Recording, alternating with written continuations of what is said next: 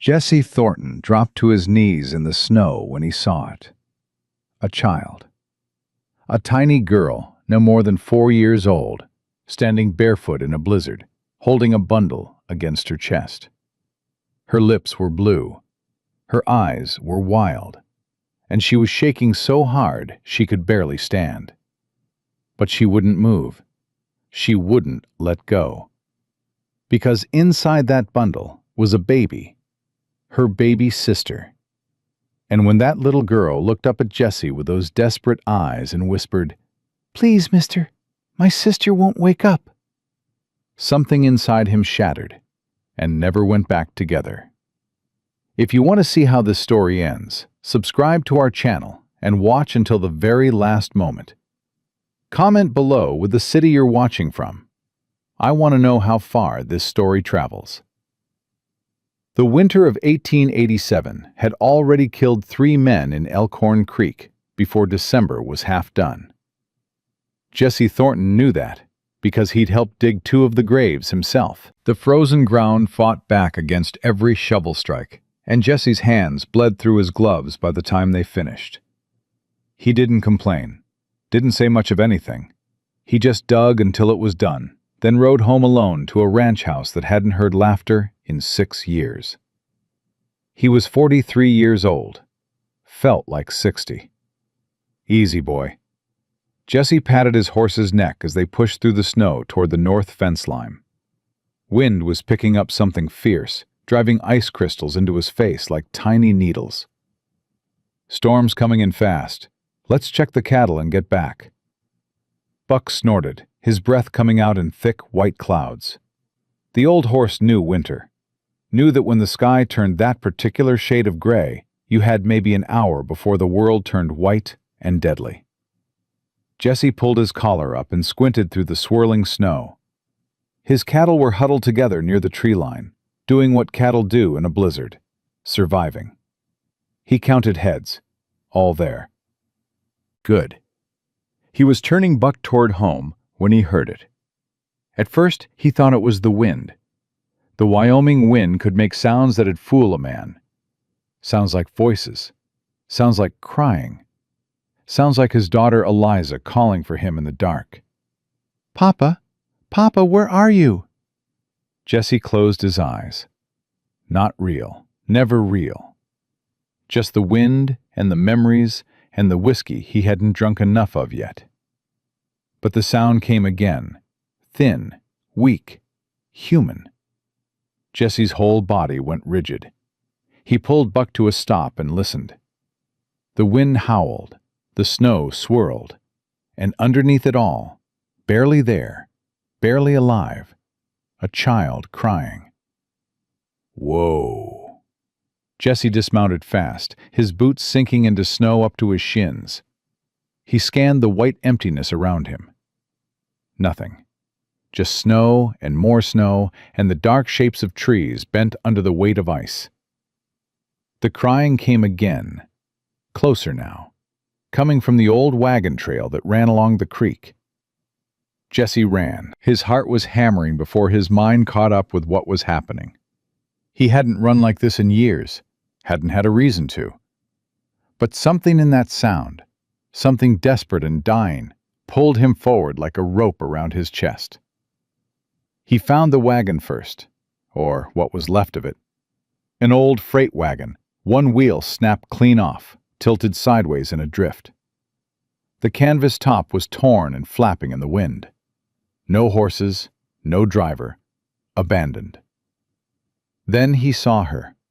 A girl, tiny, 4 years old, maybe less, standing in the snow next to the broken wagon in nothing but a thin cotton dress and a shawl that wouldn't keep a dog warm. Her feet were bare, her lips were blue, her whole body was shaking so violently that she could barely stay upright. But she was standing, still standing, because in her arms, pressed tight against her chest, wrapped in what looked like a piece of torn blanket, was a baby. Oh, dear God. Jesse fell to his knees in front of her. The snow soaked through his pants, but he didn't feel it. All he could see was that little girl's face. Those eyes, big and blue and terrified and fierce all at the same time. She took a step back when he reached for her, pulled the baby closer. Her arms tightened around that bundle like she'd die before she let go. "Hey now," Jesse held up his hands. "I ain't gonna hurt you, I promise." The girl didn't speak. She just stared at him with those wild eyes, her teeth chattering so hard he could hear them. "My name's Jesse. I've got a ranch just up the way. I can help you. Can you tell me your name?" Nothing. Just the shaking. Just the wind. Just those eyes. Jesse looked at the baby in her arms. The bundle wasn't moving. Wasn't making any sound at all. His stomach dropped. "Sweetheart, can I see the baby? Is the baby okay?" The girl's face crumbled. Her lower lip trembled, and when she spoke, her voice was so small and so broken that Jesse had to lean forward to hear it. "My sister won't wake up." 3 words. 3 words that reached inside Jesse Thornton's chest and grabbed hold of something he'd thought was dead. "Please, mister." The girl's legs gave out. She sank into the snow, still clutching the baby, still holding on. "My sister won't wake up. I tried to keep her warm. I tried." Jesse moved. He didn't think, didn't plan. 6 years of numbness burned away in a single second, and he moved like a man possessed. He shrugged off his heavy coat and wrapped it around both of them, the girl and the baby together. Then he lifted them, both of them. The girl weighed almost nothing, bones and cold skin and a heartbeat he could feel fluttering against his chest like a trapped bird. "I got you," his voice cracked. "I got you both. You're safe now." The girl looked up at him. For a moment, just a moment, the fear left her eyes. And what replaced it was something that broke Jesse clean in half. Trust. "You won't leave us?" she whispered. Jesse's throat closed up.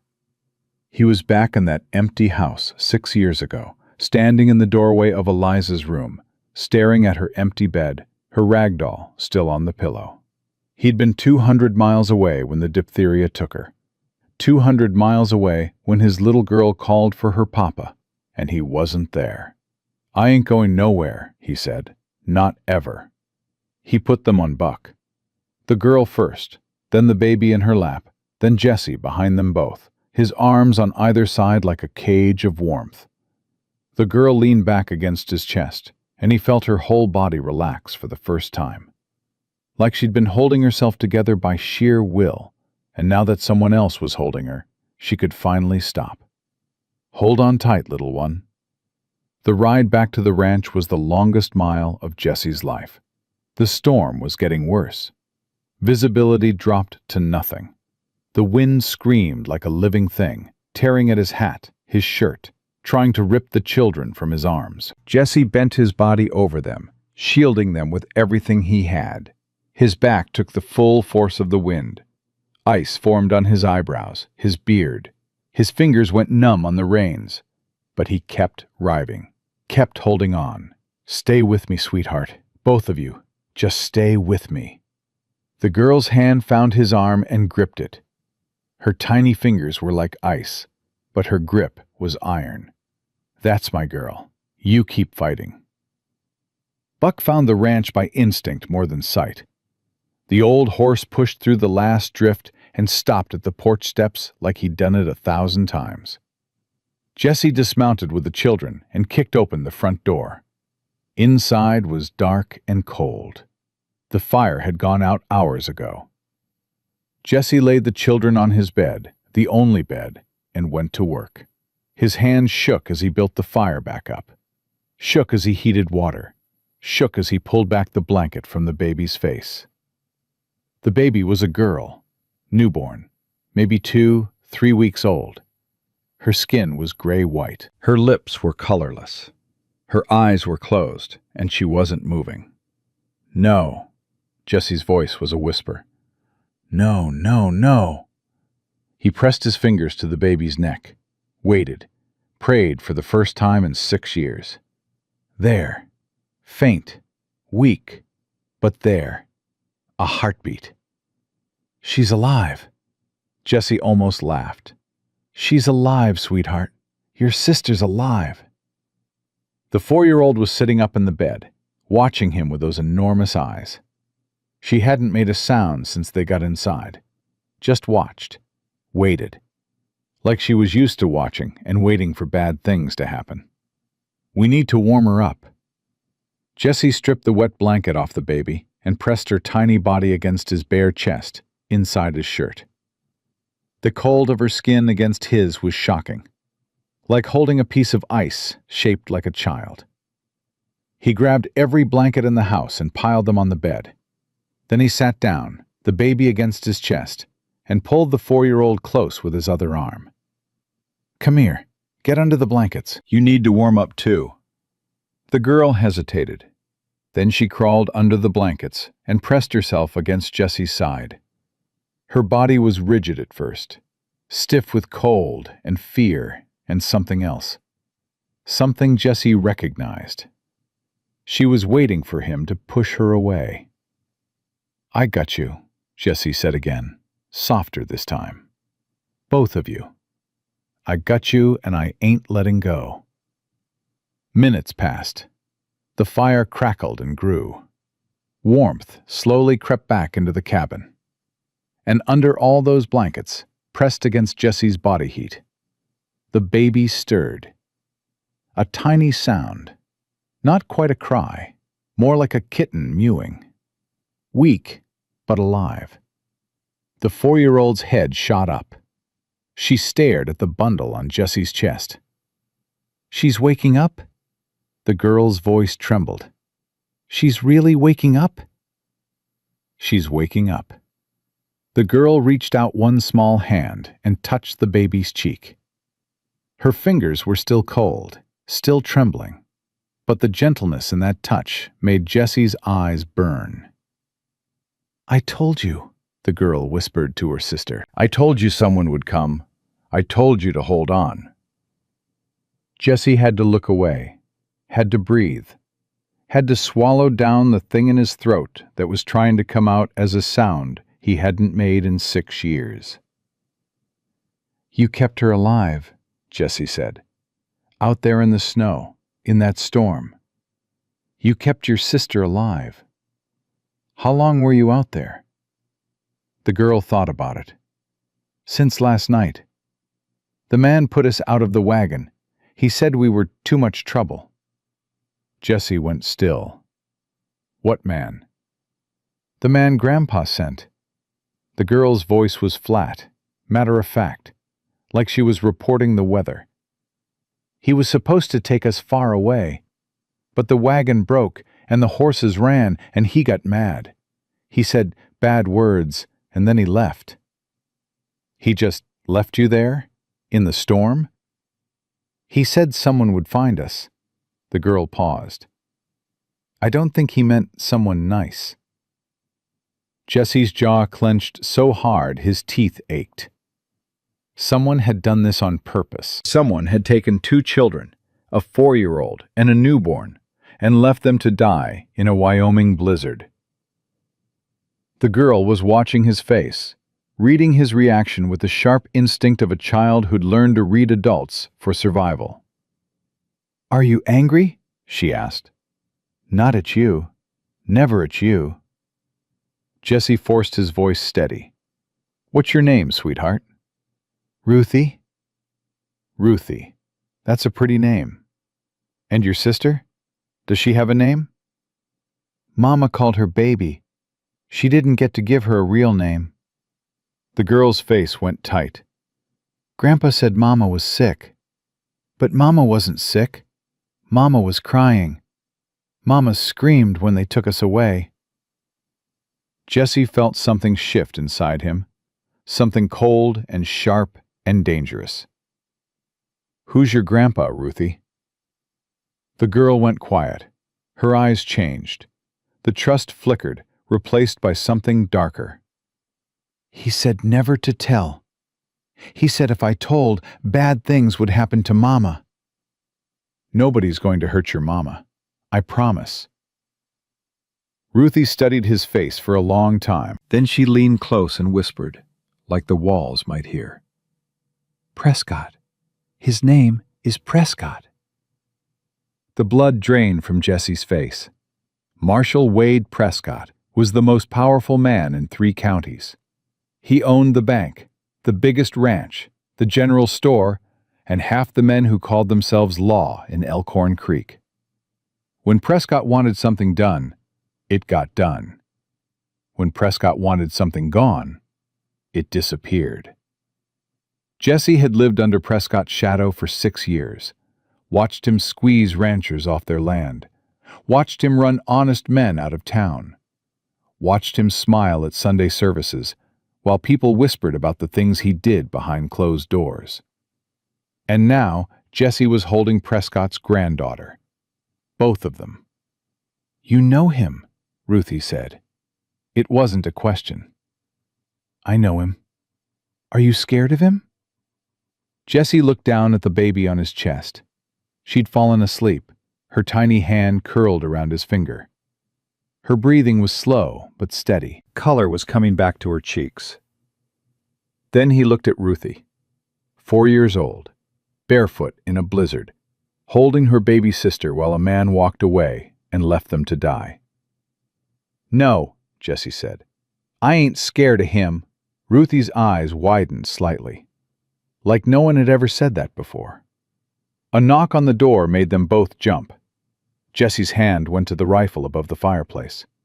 He eased Ruthie off his lap and set the baby gently on the bed, surrounded by blankets. Stay here. Don't make a sound. Ruthie nodded. She pulled the baby close and curled around her, shielding her with her own small body. The gesture hit Jesse like a fist to the gut. He grabbed the rifle and crossed to the door, opened it just wide enough to see. A woman stood on his porch, half buried in snow. Her coat was crusted with ice. Her face was red from the wind, and she was breathing hard, like she'd been walking through the storm for a long time. Mr. Thornton. Clara Whitfield's voice was steady despite the cold. Dr. Cole sent me. He said you might need help tonight. Something about children found on the wagon trail. Jessie stared at her. How does Doc Cole know about that? Clara pushed a strand of frozen hair from her face. The whole town's talking. Frank Harlan saw you riding in with something in your arms. Word travels fast in Elkhorn Creek. Jessie didn't move from the doorway. Miss Whitfield, I appreciate you coming, but this ain't a good time. Mr. Thornton, I'm a teacher. I've cared for more children than you've branded cattle. And Dr. Cole said one of them might be a newborn.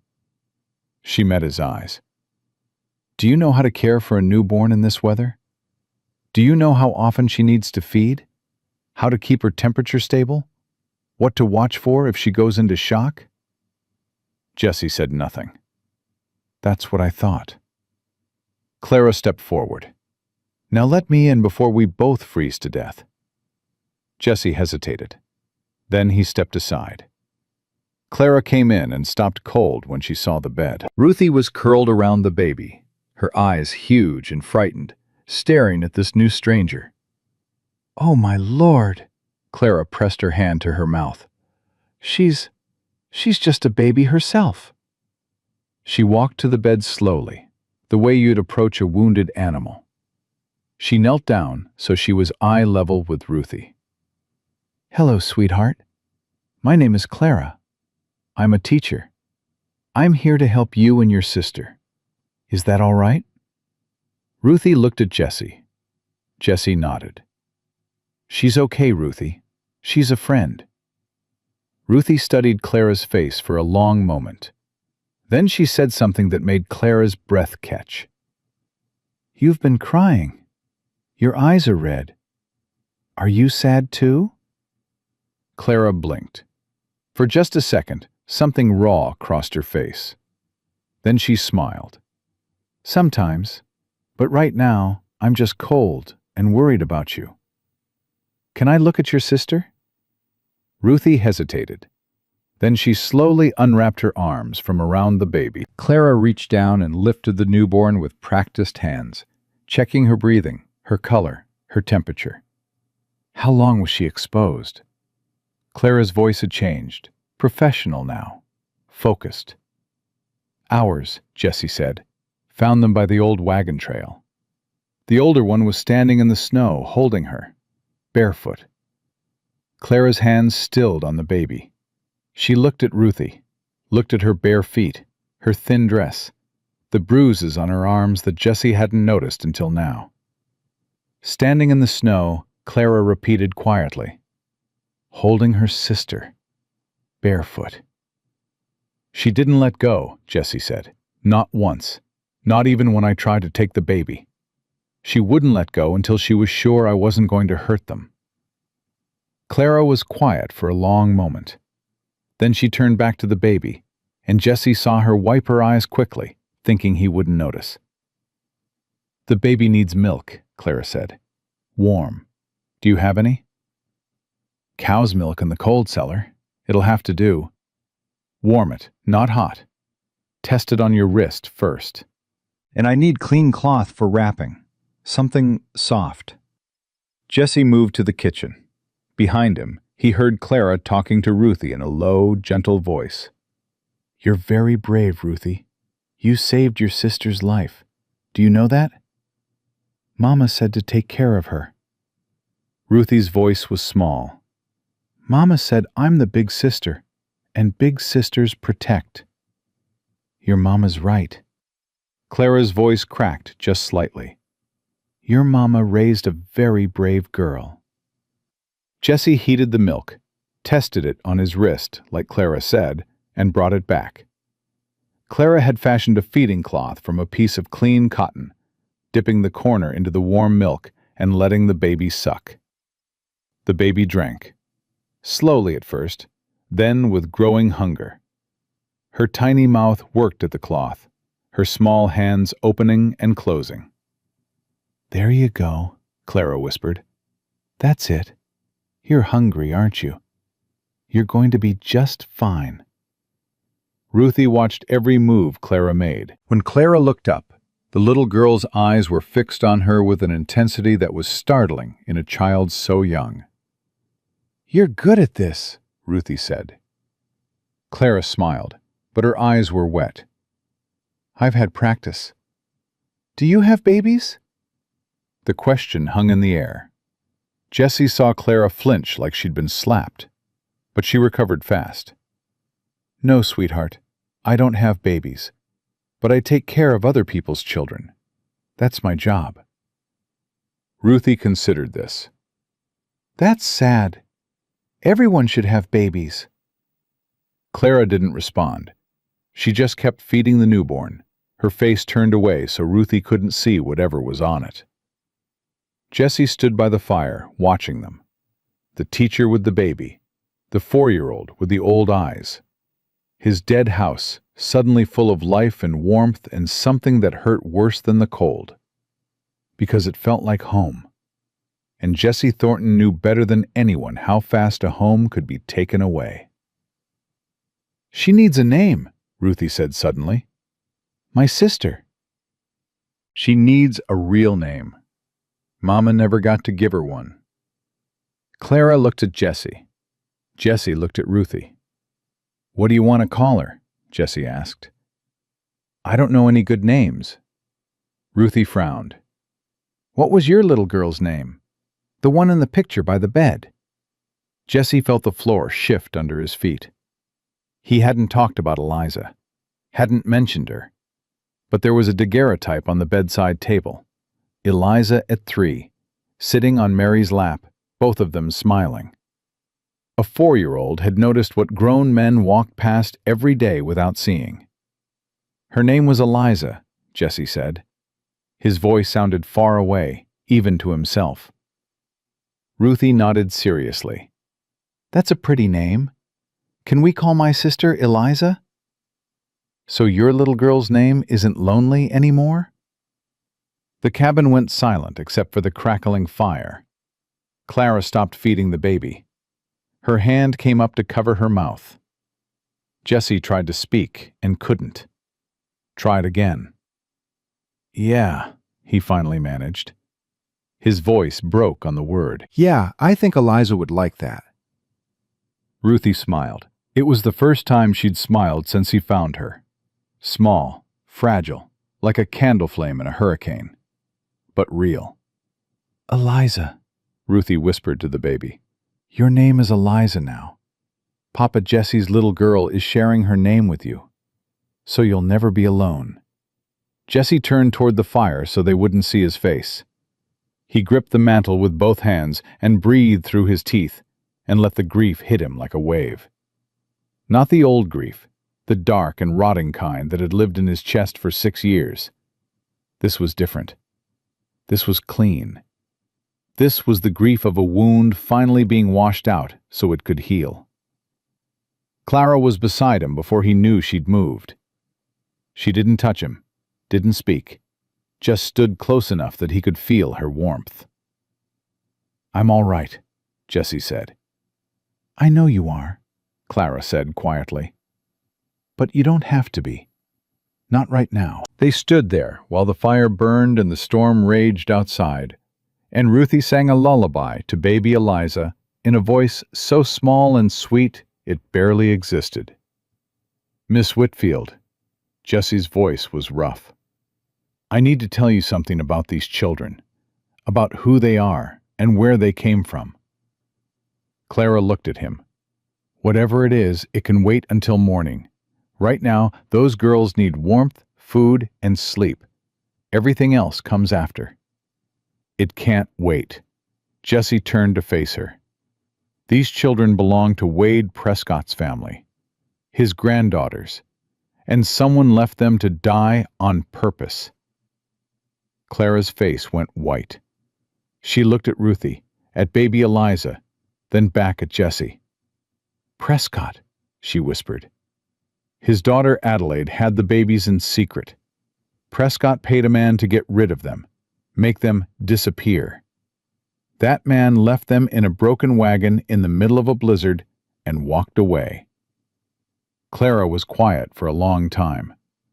When she spoke, her voice was different, harder, colder than the storm outside.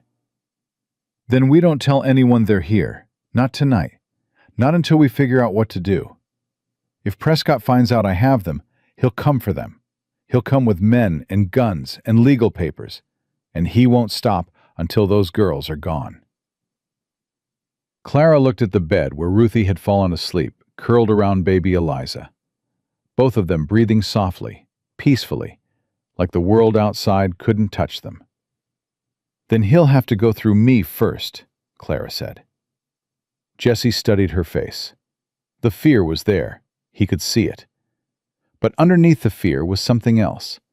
Something that looked like the same fire he felt burning in his own chest. "You don't know what you're signing up for, Miss Whitfield." Clara met his eyes. "I spent 3 years watching good people look the other way while Wade Prescott destroyed lives. I watched him take land, ruin families, and break anyone who stood against him.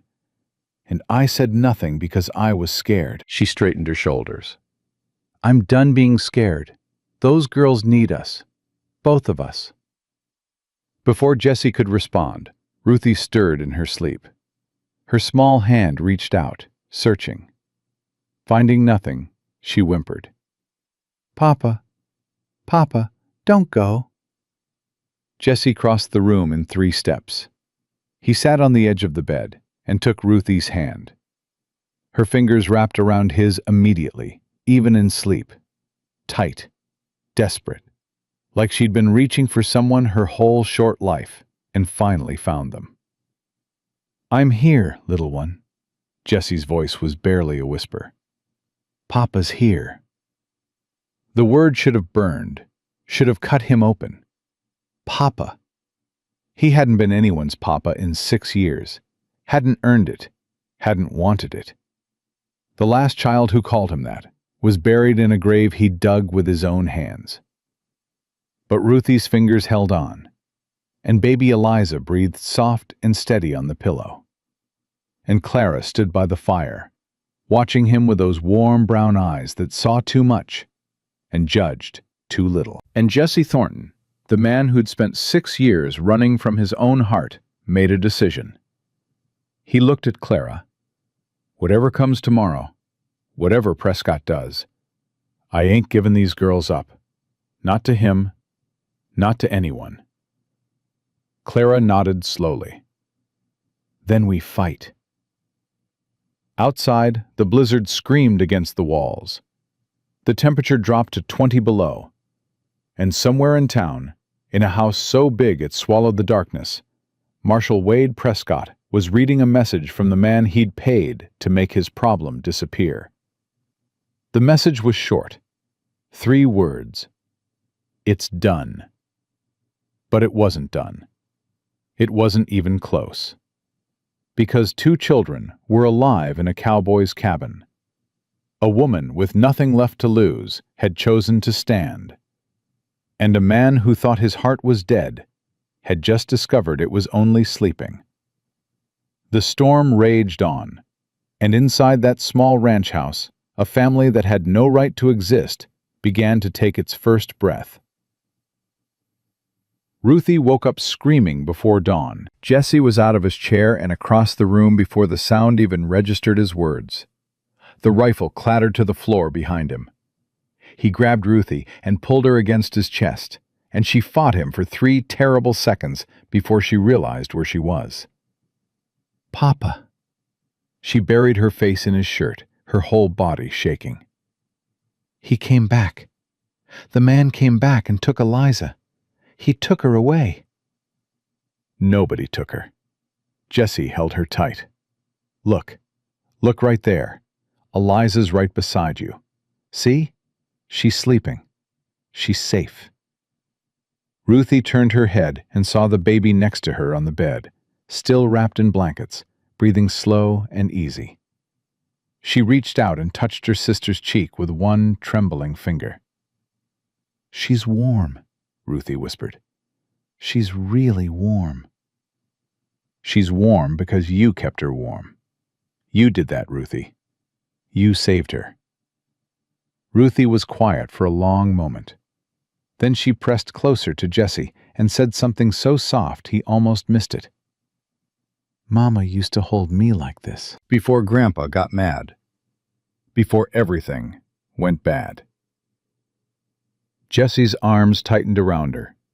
He wanted to ask what she meant. Wanted to know every detail of what Wade Prescott had done to this child's family. But 4-year-olds don't tell their stories in straight lines. They tell them in pieces, in fragments, in the quiet moments when they feel safe enough to let the words out. So Jesse didn't ask. He just held her. Clara appeared in the doorway, her hair loose around her shoulders, her eyes swollen from a sleep that clearly hadn't lasted long. She took one look at them, and something crossed her face that she quickly tucked away. "Nightmare?" she asked quietly. Jesse nodded. Clara crossed to the bed and checked on Eliza. The baby stirred, made a soft mewing sound, then settled. Clara's hand lingered on the baby's forehead, testing for fever. "She's doing well. Temperature is stable. She fed twice during the night. She's stronger than she looks." "She's a fighter," Jesse said, like her sister. Ruthie lifted her head from Jesse's chest. "Miss Clara?" "Yes, sweetheart? Are you staying?" Clara looked at Jesse. Jesse looked at Ruthie. The question was simple, but nothing about the answer was. "I'm staying," Clara said, "for as long as you need me." Ruthie nodded like this was the correct answer, the only answer, and laid her head back down. The morning passed in a rhythm that felt strangely natural. Clara heated milk for Eliza and fed her with the cloth while Jesse made breakfast. Ruthie sat at the kitchen table, eating biscuits with a concentration that told Jesse she hadn't eaten properly in days, maybe longer.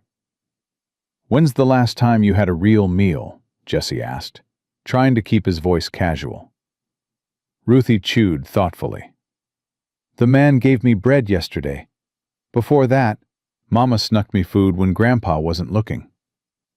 Jesse's hand tightened on the coffee cup. Ruthie kept talking, the way children do when they finally have an audience. Grandpa said Mama was bad. He said she brought shame. I don't know what shame means, but it made Grandpa real angry. He yelled at Mama all the time. Sometimes he hit her. Jesse set down his cup. Clara had stopped feeding Eliza. The cabin was very quiet. Did he ever hit you? Jesse asked. Ruthie's eyes dropped to her plate. Once, when I tried to stop him hitting Mama, he pushed me and I fell into the table and cut my arm. She pulled up her sleeve and showed them a thin scar along her forearm. Mama cried all night after that. She said she was sorry. She said she'd find a way to get us out. Clara made a sound. Not quite a gasp, not quite a word. Something between fury and heartbreak. But then Baby came, Ruthie continued, and Grandpa got even madder. He said Baby was an abomination. I don't know that word either, but Mama screamed when he said it. And then the man came, and Grandpa told Mama we died. Both of us. He told Mama her babies were dead. How do you know that? Clara's voice was barely controlled. I heard him. Ruthie looked up, and her eyes were old, so old. I was hiding under the bed when Grandpa told Mama. I heard Mama fall on the floor. I heard her screaming. Then the man came and took us out the back door, and Mama didn't even know. Jesse stood up. He walked to the window and stared out at the white emptiness. His hands were shaking. Not from cold, from something much worse. Behind him, Clara was holding Ruthie. The little girl had finally started crying. Quiet tears, no sobbing, no wailing. Just tears running down her face while she sat perfectly still, like she'd learned a long time ago that loud crying only made things worse. Jesse turned back. His face was set. His eyes were dry. Clara, we need to talk. She looked up at him. She knew what he was going to say. Not here. Jesse glanced at Ruthie. Outside. They left Ruthie watching over Eliza with strict instructions not to open the door for anyone. The storm had passed during the night, leaving behind a world of blinding white. The cold was brutal, the kind that froze your breath before it left your mouth. We can't keep this quiet, Jesse said. Not for long. Harlan saw me ride in with them. The whole town's probably talking by now. And when Prescott hears that 2 children showed up at my ranch, the same night his man was supposed to make them disappear, he's going to put it together fast. I know. Clara crossed her arms against the cold. What do? We need proof of what Prescott did. Right now, all we have is a 4-year-old's word against the most powerful man in Wyoming. No court is going to take that seriously. There's Adelaide. If we could get to her, if she knew her daughters were alive. Prescott's got her locked down. After what happened, she's probably under guard. He told her both babies died. She's grieving for children she thinks are in the ground. Then we find another way. Clara's jaw set. There's Elena Vasquez. She's worked for Prescott for 15 years. She knows everything that goes on in that house. If anyone can get a message to Adelaide, it's her. You know Elena? She comes to the school sometimes to bring donations from the Prescott household. Clothes the family doesn't want anymore. Clara's mouth thinned. Prescott likes to be seen as charitable. It's part of the act. But Elena and I have talked. Not about Prescott directly, but she's dropped hints. Things about how Adelaide is treated. Things about what goes on behind those walls. Can you trust her? Clara was quiet for a moment. I think Elena has been waiting for someone to ask her that question for a long time. Then talk to her. Today. Before Prescott makes his move. Clara nodded. But Jesse, there's something else. Even if we get Adelaide on our side, even if Elena testifies, Prescott owns this town. The deputy answers to him. The bank answers to him. Half the ranchers owe him money. He can crush anyone who stands against him. Not anyone. Jesse's voice was steady. He can crush people who have something to lose. I lost everything 6 years ago. My wife, my daughter, everything I cared about. I've spent 6 years with nothing to live for and nothing to die for. He looked back toward the house. That changed last night. Clara studied his face. For a long moment, neither of them spoke. Then she said something that caught him off guard. "I know what it's like," she said quietly, "to lose the thing you wanted most. To wake up every morning with that empty space inside you and know nothing will ever fill it." Jesse waited. "I can't have children," Clara said. "William and I tried for 8 years. Every time I hold a baby, every time I teach a child to read, I feel it. That hole. That wanting." She swallowed hard. "When I walked into your cabin last night and saw that little girl holding her sister, I felt something I haven't felt in years. I felt like maybe there was still a reason to keep going." Clara, I'm not telling you this for sympathy. I'm telling you so you understand. She met his eyes. I'm not going to walk away from those girls, not because it's the right thing to do, because I can't, because they're already mine. In here. She pressed her fist to her chest. And I will fight Wade Prescott with everything I have to keep them safe. Jesse looked at this woman, the school teacher with the quiet strength and the broken heart and the fire in her eyes that matched his own. And he felt something shift inside him, something that had been frozen for 6 years beginning to crack. "We fight together," he said. Clara nodded. Together. She left for town within the hour, wrapped in every layer Jesse could find, riding his second horse through snow that came up to the stirrups. Jesse watched her go and felt the absence immediately. The house felt emptier without her, which made no sense. She'd only been there one night. "Papa Jesse?" Ruthie was standing in the doorway, baby Eliza in her arms. She'd learned to carry the baby with a steadiness that no 4-year-old should have needed. "Get inside, sweetheart. It's too cold. Where did Miss Clara go?" "To town. She's getting some things we need." "Is she coming back?" The fear in Ruthie's voice was sharp enough to cut. "She's coming back," Jesse said firmly. "I promise." Ruthie nodded, but her arms tightened around Eliza. "People leave," she said. "That's what people do. Mama tried not to leave, but Grandpa made her." Jesse knelt in front of her. "Look at me, Ruthie." She looked. "I know people have left you. I know grown-ups have let you down. But I'm telling you right now, and I need you to hear me. I ain't leaving. Miss Clara ain't leaving. And nobody is taking you or Eliza away from this house. Not while I'm breathing." Ruthie searched his face with those 2 old eyes. Then she did something she hadn't done before. She leaned forward and wrapped one arm around his neck, still holding Eliza with the other. "I believe you," she whispered.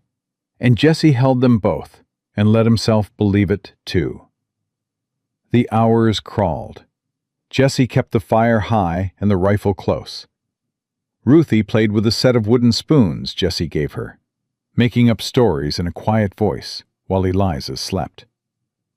At one point, Ruthie lined up the spoons and announced that the big one was Papa Jesse, the medium one was Miss Clara, and the 2 little ones were her and Eliza. "We're a family," she said matter-of-factly, "like the families in the picture books at school." Jesse didn't correct her.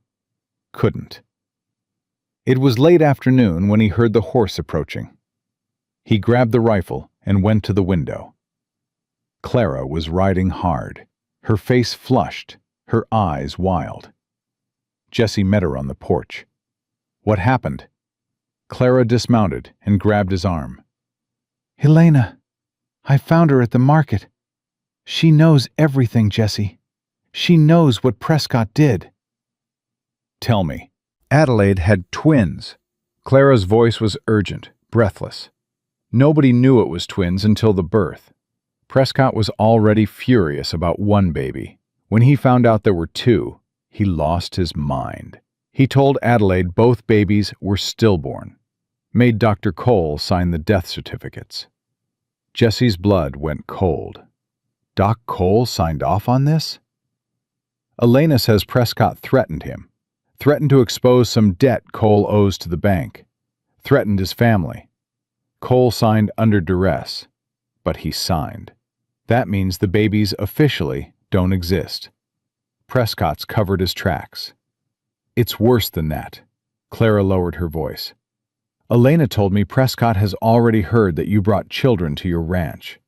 He doesn't know for certain they're Adelaide's, but he suspects. And Jesse, he's sending Frank Harlan out here tomorrow morning, with papers. What kind of papers? A warrant to search the property, and a writ of abandonment. If those children can't be identified as belonging to anyone, they become wards of the county.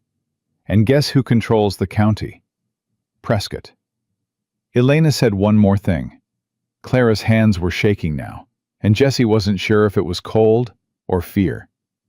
Thomas Callahan, Adelaide's sweetheart, the father of those babies. Prescott told Adelaide he was dead, told her Thomas was killed in a mining accident. And was he? Elena doesn't think so. She thinks Prescott paid men to run Thomas out of the territory, threatened to kill him if he ever came back. But she's heard rumors that Thomas is working at a silver mine up near Cutter's Pass, about 50 miles north. Jesse's mind was racing. If Thomas Callahan was alive, he had legal rights to his children, rights that even Prescott couldn't override. "I need to find him," Jesse said. "You can't leave." Clara grabbed his arm. "If you're gone when Harlan comes tomorrow, he'll take the girls. There'll be nobody here to stop him."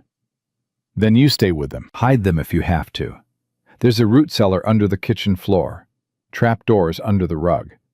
And behind the cellar wall, there's a tunnel that comes out behind the barn. I built it after the fire." "Jesse, I can't." "You can. You're the strongest person I know, and I've known you one day." Jesse took her hands. "Those girls trust you. Eliza calms down the minute you hold her. Ruthie looks at you like she's been waiting for you." Clara's eyes filled. "Don't say that. It's true. You know it's true." She was quiet for a long moment. Then she pulled her hands free and wiped her eyes. "How long?" she asked. 3 days. 2 to get to Cutter's Pass. 1 to convince Thomas Callahan that his children are alive and his woman needs him. I'll ride through the night." "And if Prescott comes before you get back?" "Not Harlan. Prescott himself."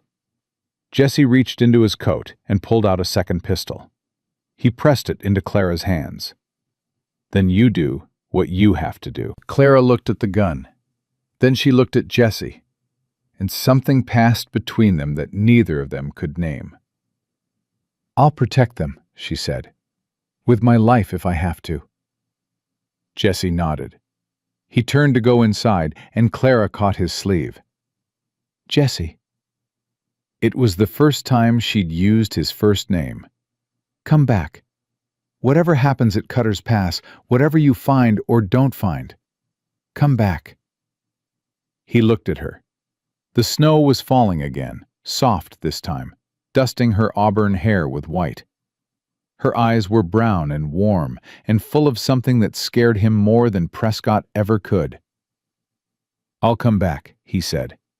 "I promise." Inside, he packed fast. Ammunition, food, a bedroll. Ruthie watched him from the bed, her face tight with understanding. "You're leaving," she said. just for a little while. Ruthie's chin trembled, but she didn't cry. She'd used up all her tears for the day. Maybe for the year. Jessie knelt beside the bed. Listen to me, little one.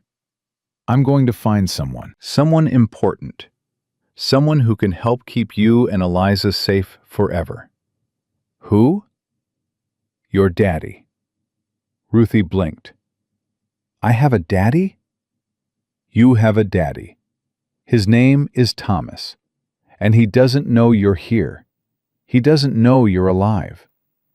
I'm going to find him and bring him back. Does he love me?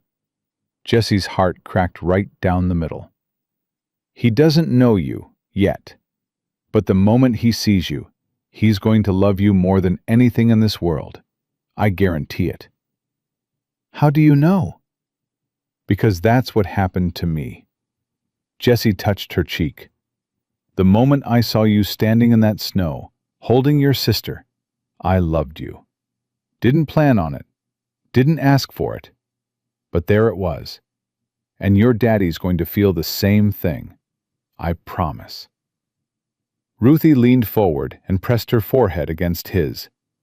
It was such a grown-up gesture, so tender and serious, that Jessie nearly broke. Come back fast, Papa Jessie. Fast as I can. He kissed the top of her head. Then he leaned over and pressed his lips to baby Eliza's forehead. The baby stirred, made a soft sound, and went back to sleep. Take care of your sister, Jessie told Ruthie, and take care of Miss Clara for me. Ruthie nodded solemnly. I will. I'm good at taking care of people. I know you are. Jessie stood. He looked at Clara, who was standing by the door with her arms crossed, keeping herself together by sheer force. 3 days, he said. 3 days. He walked out into the snow and mounted Buck. The cold hit him like a wall, but he barely felt it. His mind was already 50 miles north, already at Cutter's Pass, already telling a young man named Thomas Callahan that his daughters were alive and his world was about to change. Jessie kicked Buck into a gallop and rode into the darkness. Behind him, Clara bolted the door and checked the pistol and sat down beside 2 sleeping children. Outside, the snow fell harder. And somewhere in Elkhorn Creek, in a house that was too big and too cold and too quiet, Adelaide Prescott knelt beside 2 small empty graves in the family cemetery and wept for daughters she believed were dead.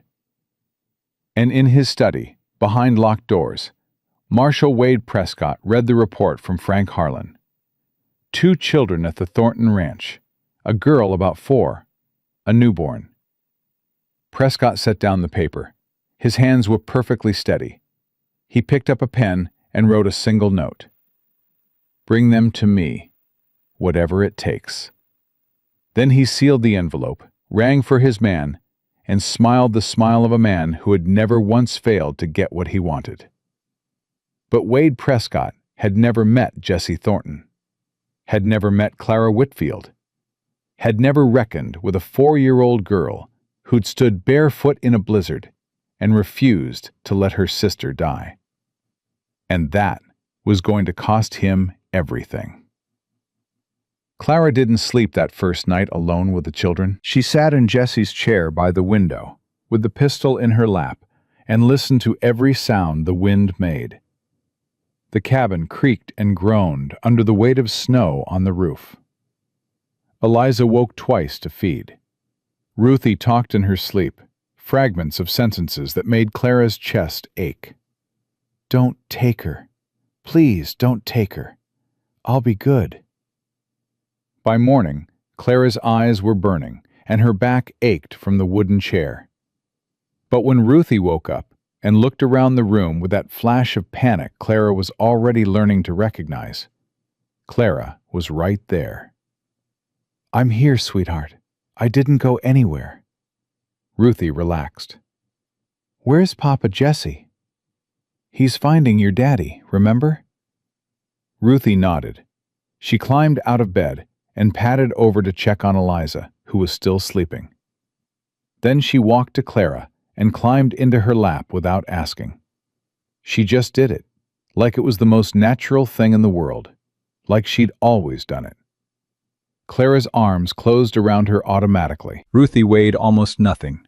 She smelled like wood smoke and milk and something else. Something sweet and sad that Clara couldn't name. Miss Clara?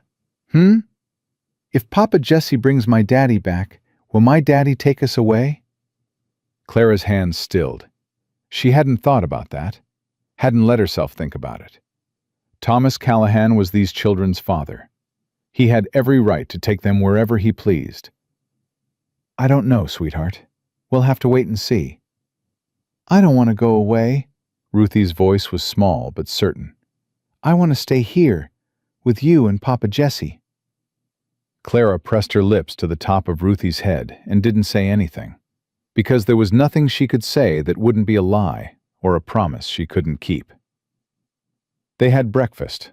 Clara fed Eliza while Ruthie ate porridge and talked about the wooden spoon family she'd created yesterday. She'd added a new member overnight, a slightly crooked spoon she'd found in a drawer. That's Elena, Ruthie explained. She's the one who sneaks Mama food when Grandpa isn't looking. She's brave, but she doesn't know she's brave. Clara looked at this 4-year-old girl who understood people better than most adults and marveled at the resilience of children, at their terrible, beautiful ability to keep loving even after love had hurt them. The knock came just before noon. Clara's whole body went rigid. She set Eliza down in the makeshift crib Jessie had fashioned from a feed box and blankets, then grabbed Ruthie's hand. Listen to me. We practiced this, remember? You take Eliza and go down into the cellar, through the trap door. Can you do that? Ruthie's face went white, but she nodded. She didn't cry, didn't argue. She just picked up her sister with that careful, practiced grip and waited. Clara pulled up the rug, opened the trap door, and helped Ruthie down the ladder. The cellar was dark and cold and smelled like earth. Ruthie. Clara knelt at the opening. If anything happens, if you hear anything bad, you take Eliza through the tunnel behind the back wall. It comes out behind the barn. You run and you don't look back. Where do I run to? Clara's throat tightened. You run until you find someone kind, and you tell them your name, and you tell them you need help. Ruthie looked up at her from the darkness. Her blue eyes were steady, steadier than Clara's. You come back for us, Miss Clara. Promise. I promise. Clara closed the trap door, replaced the rug, and picked up the pistol. Her hands were shaking. She'd never fired a gun in her life. William had shown her once, years ago, how to hold a revolver. She remembered the weight of it, the kick, the noise. She could do this. She had to do this. She opened the front door. Frank Harlan stood on the porch with 2 men behind him. He was holding a folded piece of paper and looking like he'd rather be anywhere else on earth. Miss Whitfield. Harlan tipped his hat. Didn't expect to find you here, Deputy Harlan. What can I do for you? I've got a warrant. Harlan held up the paper without unfolding it. Signed by Marshal Prescott. Authorizes a search of this property for 2 unidentified minors reported found in the vicinity. There are no unidentified minors here, Clara said. Harlan shifted his weight. Ma'am, I have to search the premises. That's the law. Whose law? Clara didn't move from the doorway. Prescott's law? Harlan's jaw tightened. I don't make the law, Miss Whitfield. I just carry it out. And if those children were here, what then? You'd take them? Give them to Prescott? I'd take them to town. Place them with a proper guardian until their family could be identified. Their family is the reason they nearly died. Clara's voice was sharp enough to cut glass. You know that, don't you, Frank? You know exactly what happened to those children and why. Harlan flinched. It was small, just a flicker around his eyes, but Clara caught it. "I don't know what you're talking about," he said. "Yes, you do." Clara stepped forward, and Harlan actually stepped back. A schoolteacher in a cotton dress, backing down a deputy with a badge and a gun. "You know Wade Prescott paid a man to abandon 2 babies in a blizzard. You know his daughter is locked in that house, grieving for children she thinks are dead. You know all of it. And you're standing here with a warrant to help him finish what he started." The 2 men behind Harlan exchanged uneasy glances. Harlan's face reddened. "I've got a job to do, Miss Whitfield. You've got a choice to make." Clara's voice dropped. "A man is coming back with those children's father. A man with legal rights that Prescott can't override. When that happens, everything Prescott has done is going to come out. Every lie, every threat, every crime. And everyone who helped him is going to answer for it." She looked at the 2 men behind Harlan. Every single one. The men wouldn't meet her eyes. Harlan stood there for a long moment, the warrant in his hand, the weight of his decisions on his face. He looked old suddenly, tired in a way that sleep couldn't fix. "I have to search the property," he said finally. But his voice had changed, quieter now. "Then search it." Clara stepped aside. "You won't find anything." Harlan walked in. His men followed. They searched the cabin methodically but without urgency. Harlan opened cupboards, looked under the bed, checked the lean-to off the back. He stood in the middle of the kitchen, directly on top of the rug that covered the trap door.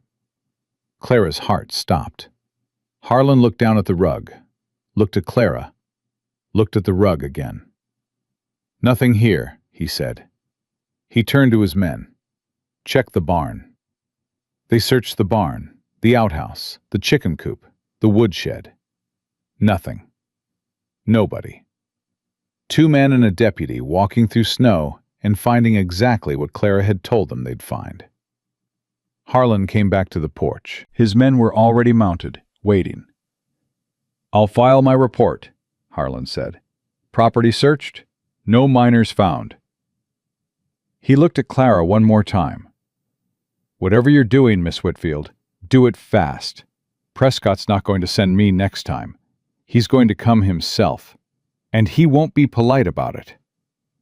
"Frank," Clara caught his arm. "Why did you do that?" Harlan was quiet for a moment.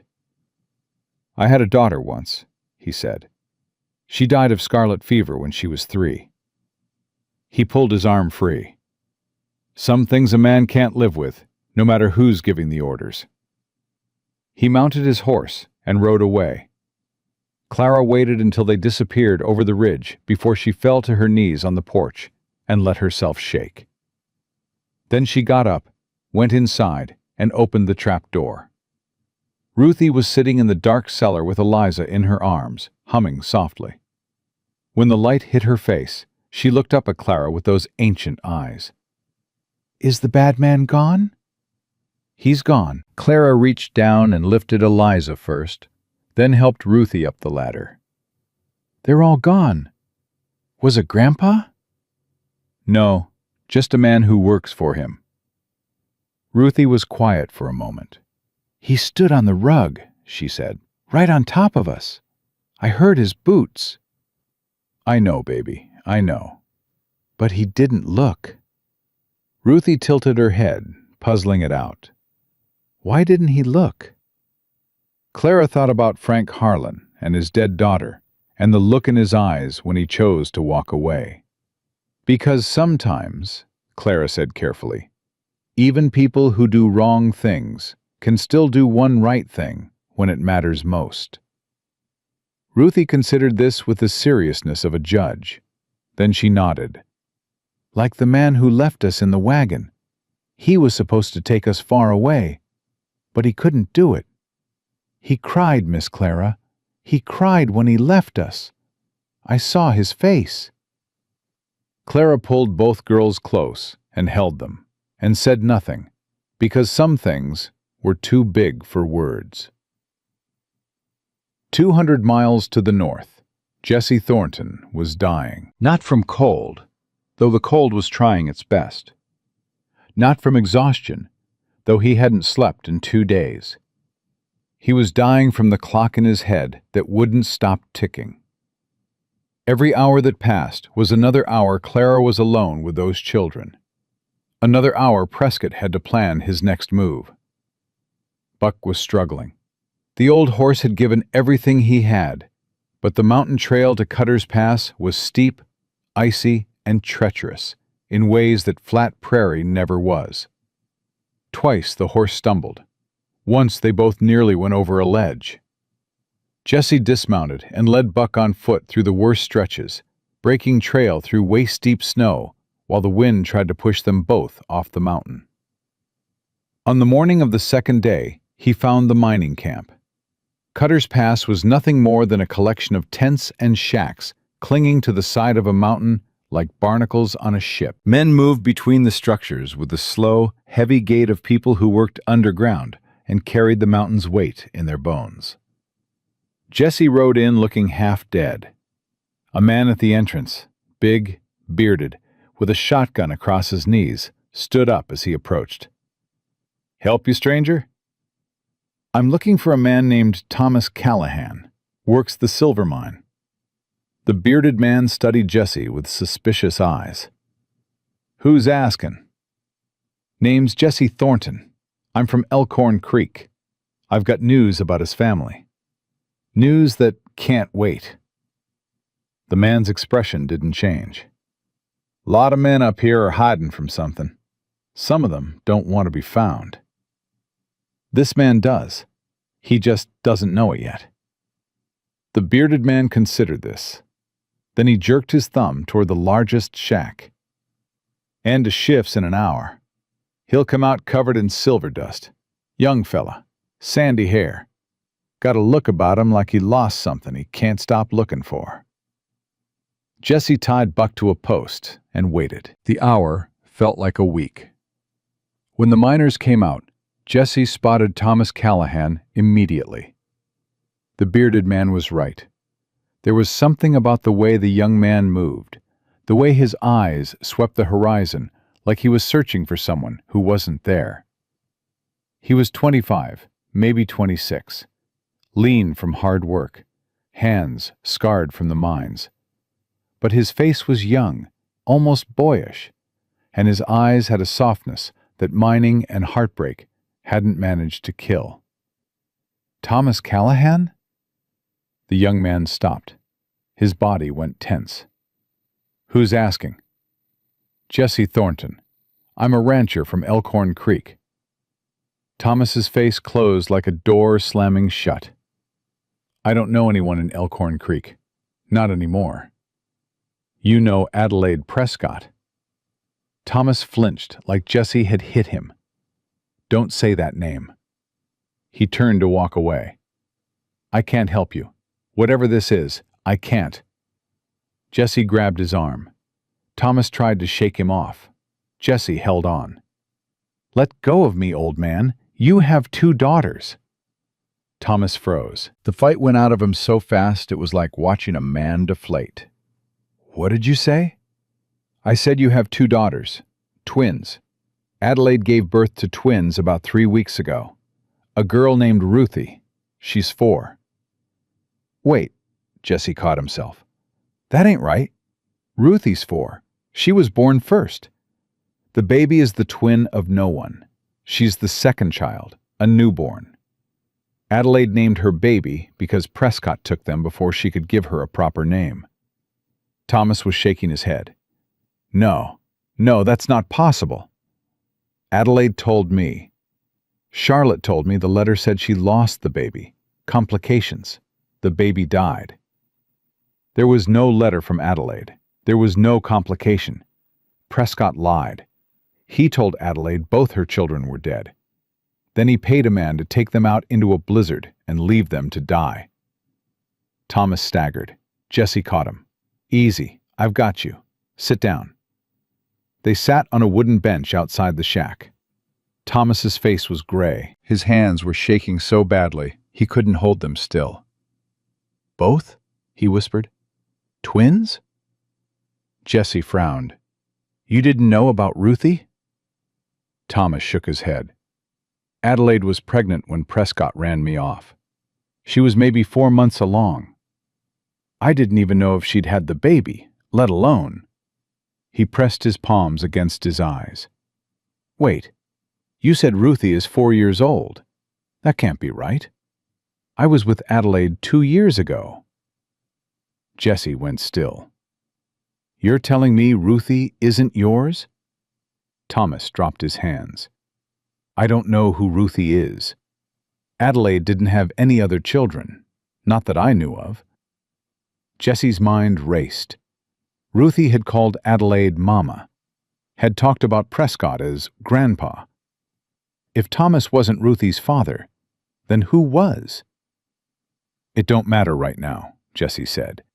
"What matters is that both those girls are alive. They're at my ranch, being protected by a woman I trust with my life." "But Prescott knows they're there.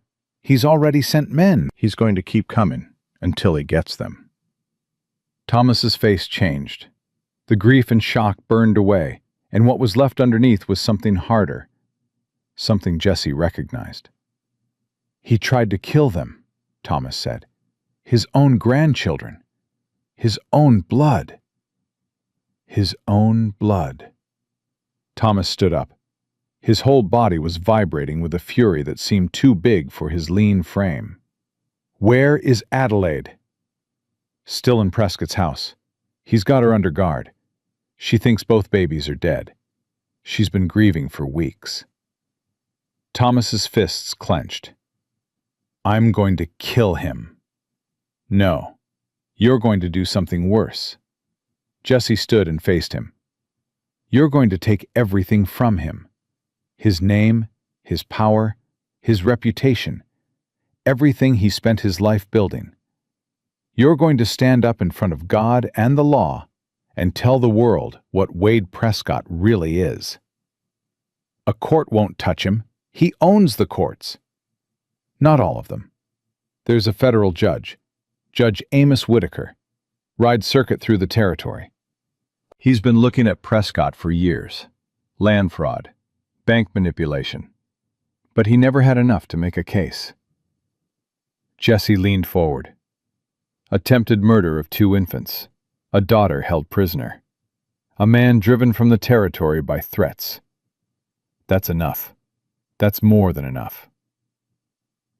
Thomas was quiet for a long moment. The wind cut through the mining camp, carrying the sound of pickaxes and men's voices from deep in the earth. "I left her," Thomas said.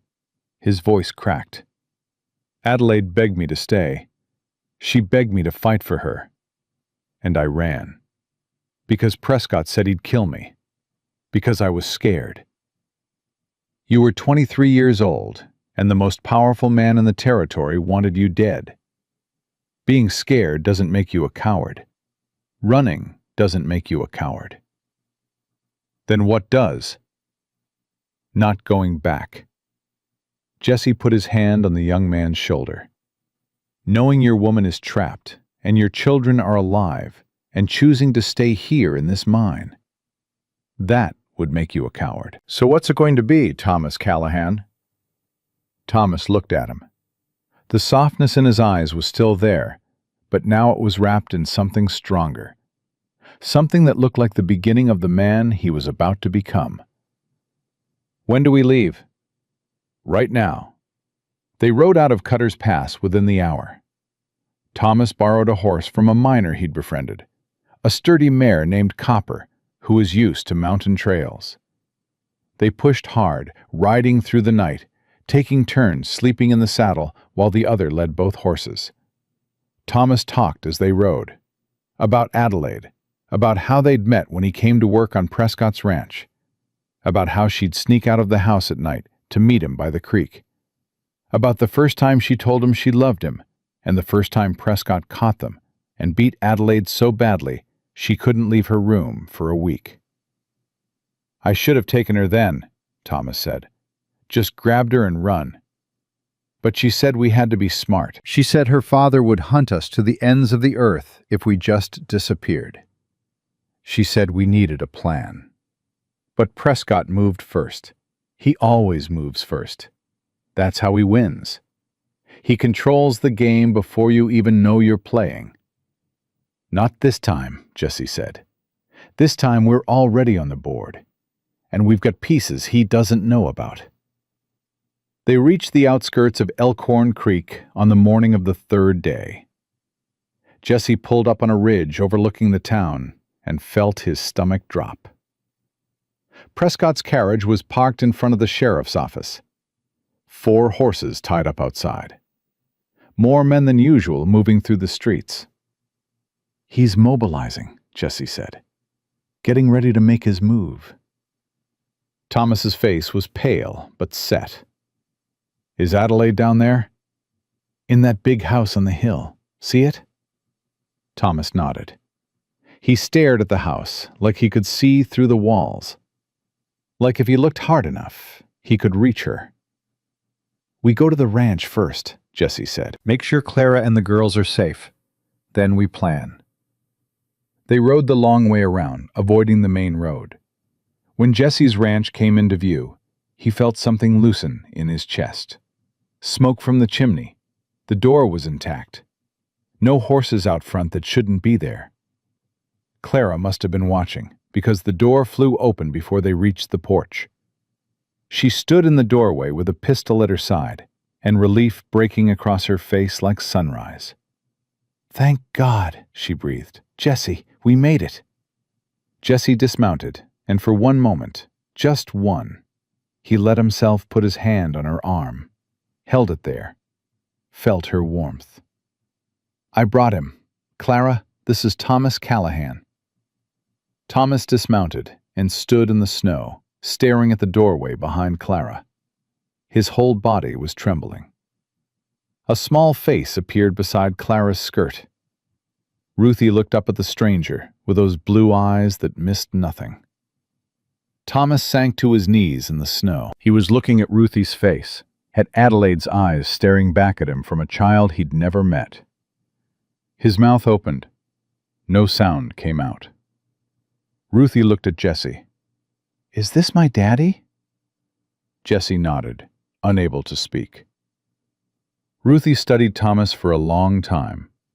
Then she walked forward through the snow, barefoot again because she'd kicked off her shoes inside, and stood in front of the man who was supposed to have been there from the beginning. "You came back," she said. "Papa Jesse said you'd come." Thomas broke. He reached for her, and she let him pull her into his arms, and he held her in the snow and cried with a sound that was half grief and half joy, and entirely the sound of a man who'd just discovered he had a reason to live. "You're real," Thomas whispered. "You're real. You're alive." Ruthie patted his cheek with one small hand. "Don't cry, Daddy. Eliza's inside. She's sleeping. You can meet her when she wakes up. Miss Clara takes real good care of her." Thomas looked up at Clara through his tears. Clara smiled, and her own eyes were streaming. "Come inside," Clara said. "Both of you. There's coffee, and there's warmth, and there are 2 little girls who need their family around them." Thomas stood with Ruthie in his arms. The little girl wrapped herself around him like she'd been waiting for exactly this her whole life, which, Jesse realized, she had. They went inside.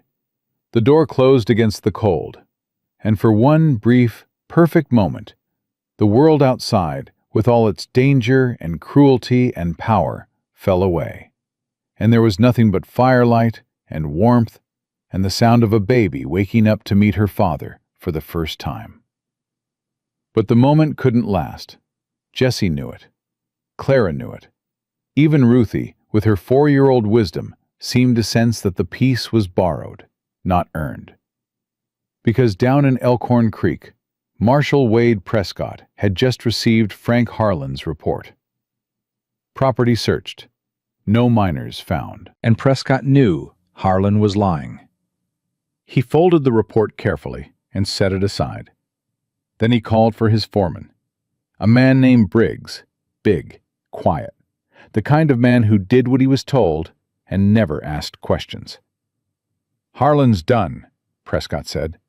"I want you to ride out to the Thornton Ranch tonight. Take 4 men, armed." "What are my orders, sir?" "Bring me the children." Prescott's voice was perfectly calm. "And anyone who gets in the way, remove them." Briggs nodded once and left. Prescott sat alone in his study. He picked up the photograph on his desk. Adelaide, at 16, smiling, before everything went wrong. His hand trembled, just for a moment, just long enough to show that somewhere beneath the ice, something human still existed. Then he put the photograph face down and poured himself a whiskey and drank it without tasting it. And outside, the snow began to fall again. Thomas held baby Eliza for the first time, sitting in the chair by the fire. Clara placed her in his arms carefully, showing him how to support her head, how to cradle her against his chest. Thomas's hands were rough from the mines, scarred and calloused, but they were gentle, so gentle that Clara had to look away. "She's so small," Thomas whispered. "How can a person be this small?" "She was smaller when Jessie found them," Clara said. "She's gained weight. She's a good eater." Eliza opened her eyes and looked up at the stranger holding her. She didn't cry. She just studied his face with that serious newborn stare, like she was deciding something important. Then she yawned and closed her eyes and went back to sleep. Thomas let out a breath he'd been holding since Cutter's Pass. "She looks like Adelaide," he said. "Same nose, same chin. She's going to look just like her mama." Ruthie climbed up onto the arm of the chair and peered down at her sister. "She does that with Papa Jesse, too. Falls asleep right away. It means she trusts you. Babies know." Thomas looked at Jesse, who was standing by the window doing what he always did, watching. "Thank you," Thomas said. The words were thick and clumsy and completely inadequate. "For everything. For finding them. For keeping them alive. For coming to get me." Jesse shook his head. "Don't thank me yet. We've got a long night ahead." Clara moved to the kitchen and started making coffee. The domesticity of it felt strange against the tension that filled the cabin. Like preparing tea before a battle. "Tell me," Thomas said. "Everything that's happened. Everything Prescott's done since I left." Jesse told him. Rose's information about the paid man, Frank Harlan's search, Clara's conversation with Elena Vasquez, the warrant, the death certificates Dr. Cole had signed. All of it. Thomas listened with his jaw getting tighter and his eyes getting harder with every word. "He made Cole sign death certificates," Thomas repeated. "So legally, these babies don't exist." "That's right. And as long as they don't exist, Prescott can do whatever he wants with them. Then we make them exist." Thomas's voice was steady. "We go to town. We show the world these children are alive. We make Prescott look the whole town in the face and explain why he told his daughter they were dead." "It's not that simple," Clara said, setting down coffee cups. "Prescott controls the town. The deputy works for him. The bank works for him. Half the people in Elkhorn Creek owe him money or favors. Even if we walk down Main Street with both girls in our arms, who's going to stand against him?" "Someone will," Thomas said. "Someone always does. You've been gone 2 years. Clara sat down across from him. "You don't know what it's been like. Prescott's gotten worse, more controlling, more paranoid. He drove out the Hendersons last spring. took the Foley Ranch for back taxes that everybody knows were fabricated. People are afraid, really afraid.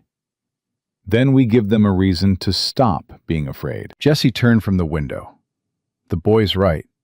Fear only works as long as people believe there's no alternative. The moment they see someone stand up and survive, the whole thing falls apart. Clara looked at both of them. Two men with fire in their eyes and children to protect. She wanted to believe them. She wanted to believe that courage was enough. "There's something else," she said quietly. "I've been thinking about Adelaide, about how to get to her. Elena said she's under guard, barely allowed out of her room. But there's one thing Prescott can't control." "What's that?" "Sunday service." Clara leaned forward. "Adelaide goes to church every Sunday. Prescott insists on it. It's part of the show, the perfect family, the devoted daughter. He makes her sit in the front pew and smile, while Pastor Grimes preaches about family values and obedience." Thomas's face twisted. "He makes her perform. He makes her survive. There's a difference. Adelaide does what she has to do to get through each day. But in church, she's in public. Prescott can't drag her out without causing a scene. If Thomas could get to her there, if she could see him, see that he's alive and he's come back for her, she'd know," Thomas said. "She'd know everything had changed." "Sunday's in 2 days," Jesse said. "Then we wait," Clara said. "We keep the girls hidden. We stay quiet. And on Sunday morning, Thomas walks into that church, and Adelaide sees the man she loves for the first time in 2 years." Jesse didn't like waiting. Every minute they sat still was a minute Prescott could use to tighten his grip. But Clara was right. The church was the one place Adelaide could be reached, the one place Prescott's control had a crack in it. "We take shifts tonight," Jesse said. "I'll watch till midnight. Thomas, you take midnight to dawn. Clara, get some sleep. You've earned it." Clara shook her head. "I'm not tired." "You haven't slept in 3 days." Jesse's voice was firm but gentle. "Those girls need you sharp. Go sleep." Clara looked like she wanted to argue.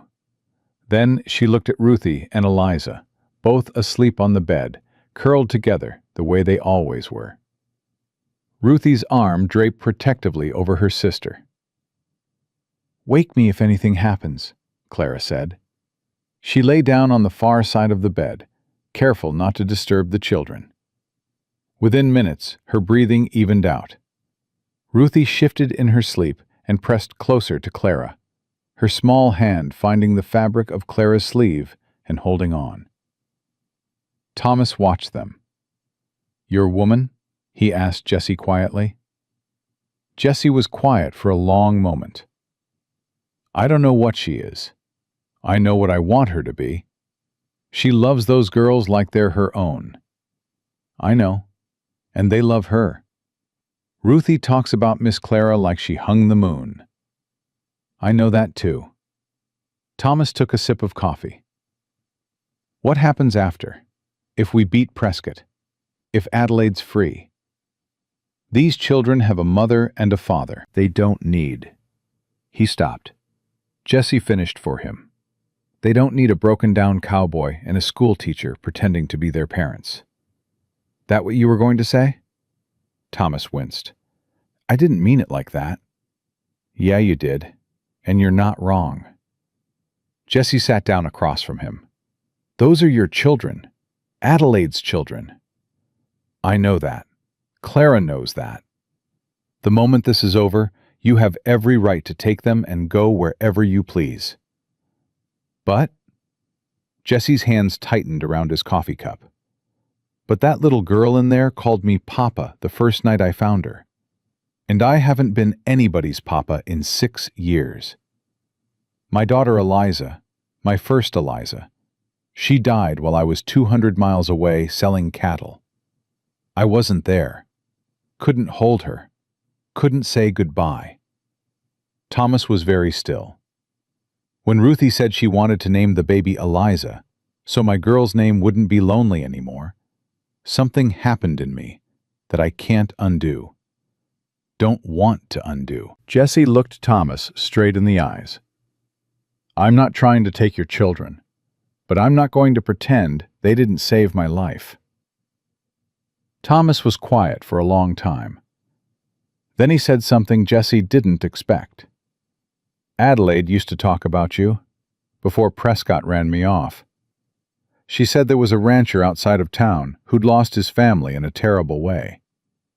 She said he was the saddest man she'd ever seen, but also the most decent. She said if anything ever happened to her, she hoped someone like you would be there. Jesse didn't know what to do with that. We'll figure it out, Thomas said. After. When the girls are safe and Adelaide's free. We'll figure out how to be a family, however that looks.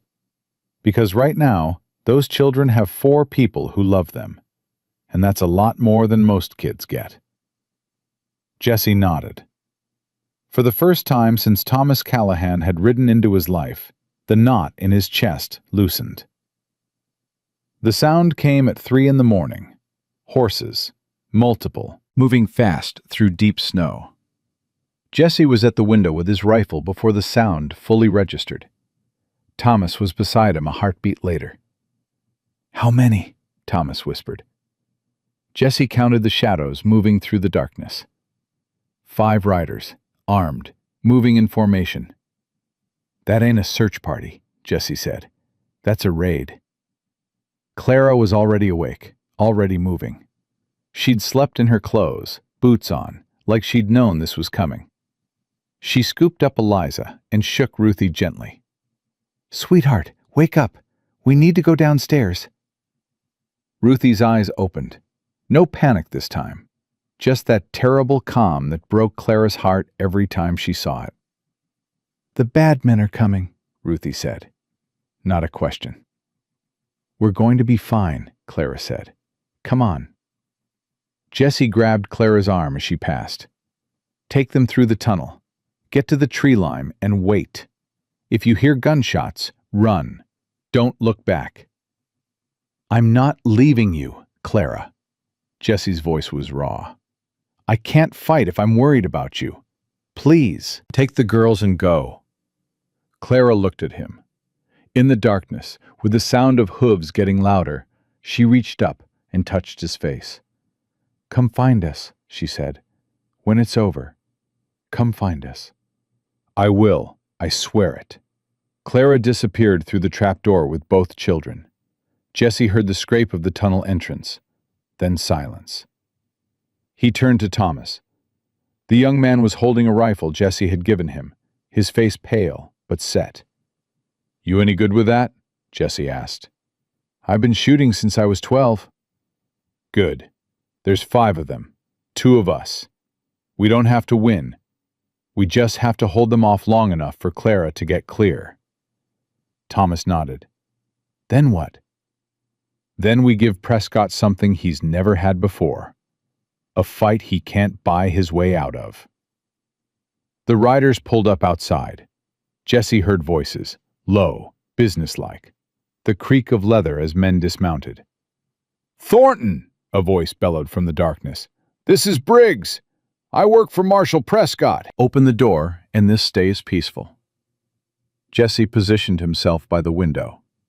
Thomas moved to the back, covering the rear. "Ain't nothing peaceful about 5 armed men riding up on a man's property at 3 in the morning, Jesse called back. "We've got legal authority to search these premises and take possession of any minors found on the property." "Legal authority from who? A man who tried to murder his own granddaughters?" Silence. Then Briggs's voice, harder now. "I don't know anything about that. I've got orders, and I intend to carry them out. You can open the door, or we can open it for you. Your choice." Jesse checked his rifle. 12 rounds, plus the pistol with 6. "Seems to me you boys have a choice too," Jesse called. "You can ride back to Prescott and tell him there's no children here, or you can try to come through that door and find out what a man with nothing to lose does when you threaten his family." "Your family?" Briggs laughed.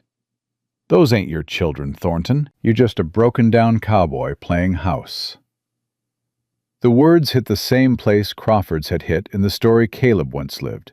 The same wound, the same knife. But this time, Jesse didn't flinch. "You're right," Jesse said. "They ain't mine by blood. But I held that baby against my chest when she was dying. I carried that little girl through a blizzard. I sang them to sleep, and I fed them, and I watched them come back to life. And if that don't make them mine, then nothing does." Thomas's hand tightened on his rifle. His eyes were burning. "Last chance, Thornton." Jesse cocked his rifle. The sound was loud in the quiet cabin. "Come and try." The first man hit the door. Jesse fired through the wood, and the man screamed and fell back. The second came through the window on the left.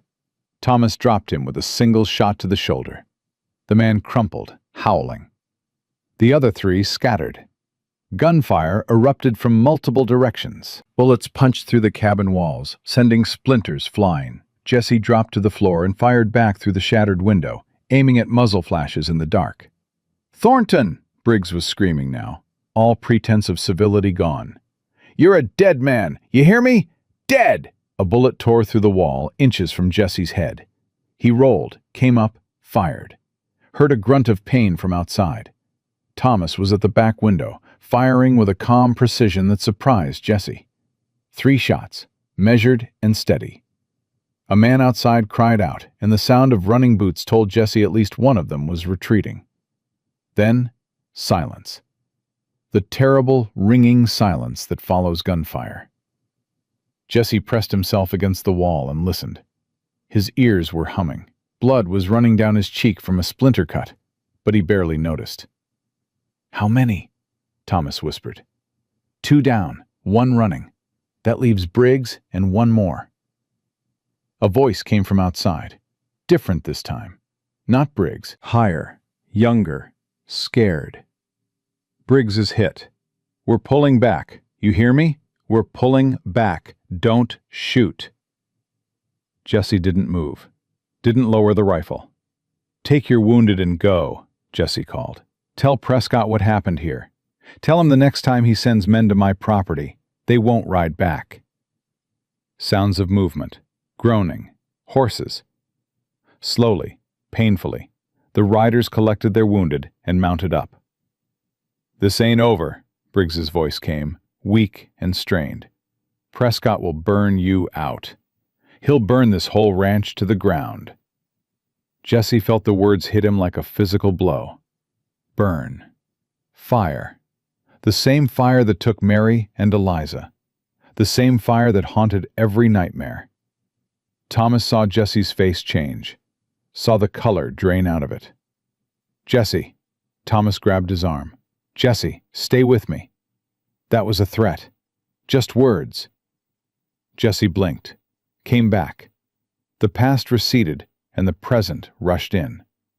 "I'm all right," he said, but his voice shook. The riders disappeared into the darkness. Jesse waited 10 full minutes, counting his heartbeats, before he moved. "Go get Clara and the girls," he told Thomas. "They're in the tree line behind the barn." Thomas ran. Jesse stood alone in his bullet-riddled cabin and let himself feel it. The fear, the anger, the fierce, burning love for 2 children who weren't his blood, but were his heart.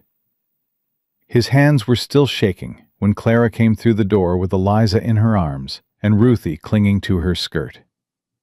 Ruthie saw the bullet holes, saw the broken glass, saw the blood on Jesse's face. She walked straight to him and wrapped her arms around his legs. "You didn't leave," she said. "You stayed." "I stayed." Clara's eyes swept the damage. Then they found Jesse's face and held there. "How bad?" she asked. 5 came. None stayed. A couple won't be riding comfortable for a while. "And next time?" Jessie looked at her. "There ain't going to be a next time. We're ending this. Tomorrow." "Tomorrow's Saturday," Clara said. "Church isn't until Sunday. We're not waiting for Sunday." Jessie's voice was steel. "Prescott just sent 5 armed men to kill us. The whole town's going to hear about it by morning. By noon, everyone in Elkhorn Creek will know what happened. And that's when we walk in." "With what?" Clara asked. "We still don't have proof." "We have Ruthie's word. We have Elena's willingness to talk. But Prescott's lawyers will tear that apart." We have something better." Jessie looked at Thomas. "We have him. The man Prescott told Adelaide was dead, walking into town alive and well. And we have these children. The children Prescott told Adelaide were buried in the family cemetery." Thomas stood up straighter. "Adelaide won't need a courtroom. The moment she sees me alive, the moment she sees her daughters, she'll know everything her father told her was a lie. And she'll fight." "You're betting everything on a woman who's been beaten down for 22 years?" Clara said. "What if she can't?" "She can." Thomas's voice was certain.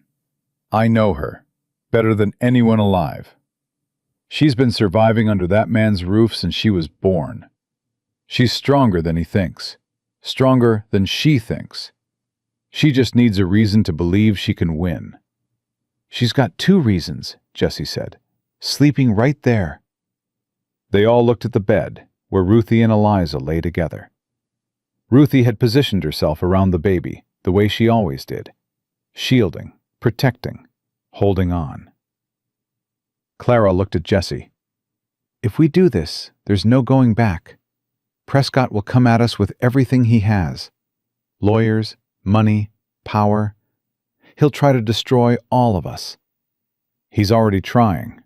Jessie met her eyes. "The only difference is, now we're fighting back." Clara was quiet for a long moment. Then she reached over and took his hand. Her fingers were warm and steady and strong. "Together," she said. "Together," Jessie said. Thomas put his hand on top of theirs. All 3 of them, bound together by choice and circumstance, and 2 sleeping children who deserved better than what the world had given them. At first light, Jessie rode into town alone. He went straight to Dr. Henry Cole's office. The doctor was just opening up when Jessie pushed through the door. Cole took one look at Jessie's face, the blood, the exhaustion, the fury, and went pale.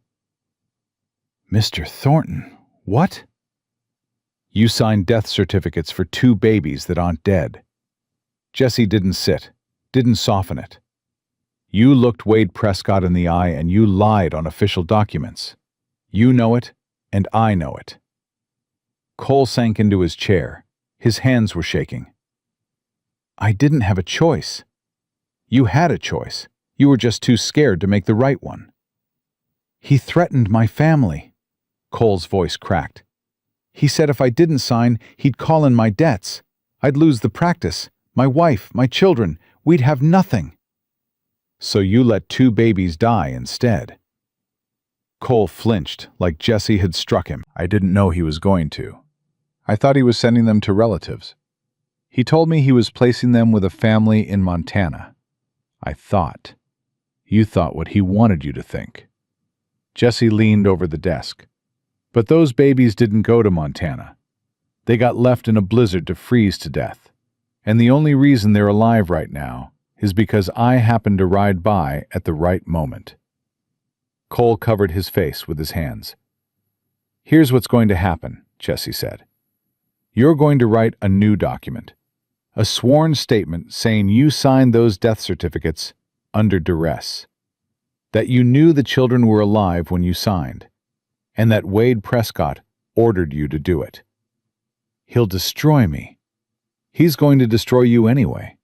The moment this comes out, and it is coming out, You're either going to be the man who helped cover up the attempted murder of 2 infants, or you're going to be the man who told the truth and helped bring Prescott down. Those are your only 2 options, Doc. Pick one. Cole was silent for a long time. The clock on his wall ticked. Outside, Elkhorn Creek was waking up, unaware that everything was about to change. "I'll write it," Cole said finally. "God forgive me. I'll write it." Jesse nodded. He turned to leave. "Thornton," Cole's voice stopped him. "Those children, are they all right?" Jesse thought about Ruthie standing barefoot in the snow, about Eliza's tiny heartbeat against his chest, about a 4-year-old naming a baby after his dead daughter so her name wouldn't be lonely. "They're alive," Jesse said. "No thanks to you." He walked out and left the doctor with his guilt and his pen, and the choice that should have been easy, but never was. Back at the ranch, Clara was ready. She'd dressed Ruthie in the warmest clothes they could piece together. Eliza was bundled so thick she looked like a cotton ball with eyes. Thomas was pacing the floor, running his hands through his hair, rehearsing words that no rehearsal could prepare him for. "Are you ready?" Clara asked Jesse.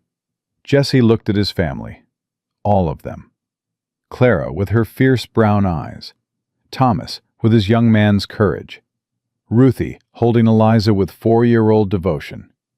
And baby Eliza herself, sleeping through the revolution like it was nothing at all. "Let's go get Adelaide," Jesse said. They loaded the wagon. Jesse drove. Clara sat beside him with Eliza. Thomas sat in the back with Ruthie in his lap. The little girl was quiet, watching the snow-covered world pass by with those old, old eyes. "Papa, Jesse?" Ruthie said as they approached town.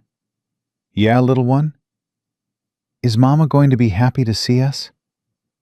Jesse's throat tightened. "She's going to be the happiest person you've ever seen." Ruthie thought about this. "Even happier than you were?" Jesse looked back at her. That tiny face, those blue eyes. The girl who'd stood in a blizzard and refused to let her sister die. "Even happier than me," he said, "and that's saying something." They rode into Elkhorn Creek at noon. The streets were busy. People stopped and stared. Word of the gunfight had already spread, just as Jesse predicted. Every eye in town tracked the wagon as it rolled down Main Street. Jesse pulled up in front of the church, not because it was Sunday, because it was the center of town, because everyone could see, because Wade Prescott's house sat on the hill above it, and Jesse wanted the old man to watch what happened next. Thomas climbed down from the wagon. He straightened his coat, squared his shoulders. He was shaking, but he was standing. Clara passed Eliza to Jesse and helped Ruthie down. Then she took Eliza back and stood beside Thomas with both children. Jesse stayed on the wagon, his rifle across his lap, watching. People gathered. Whispers spread like fire through dry grass. "That's the Thornton cowboy. Those are the children." "Is that Thomas Callahan? Didn't he leave 2 years ago?" Thomas looked up at the Prescott house on the hill. "Adelaide," he whispered. "I'm here." And on the hill, behind a window she'd spent 22 years staring through, Adelaide Prescott saw a ghost. A man she'd been told was dead, standing in the town square, alive, real, waiting for her. She pressed her hand to the glass. Her breath fogged the window. Her heart, which had been barely beating for months, slammed against her ribs so hard she thought it would break through. Then she saw the children.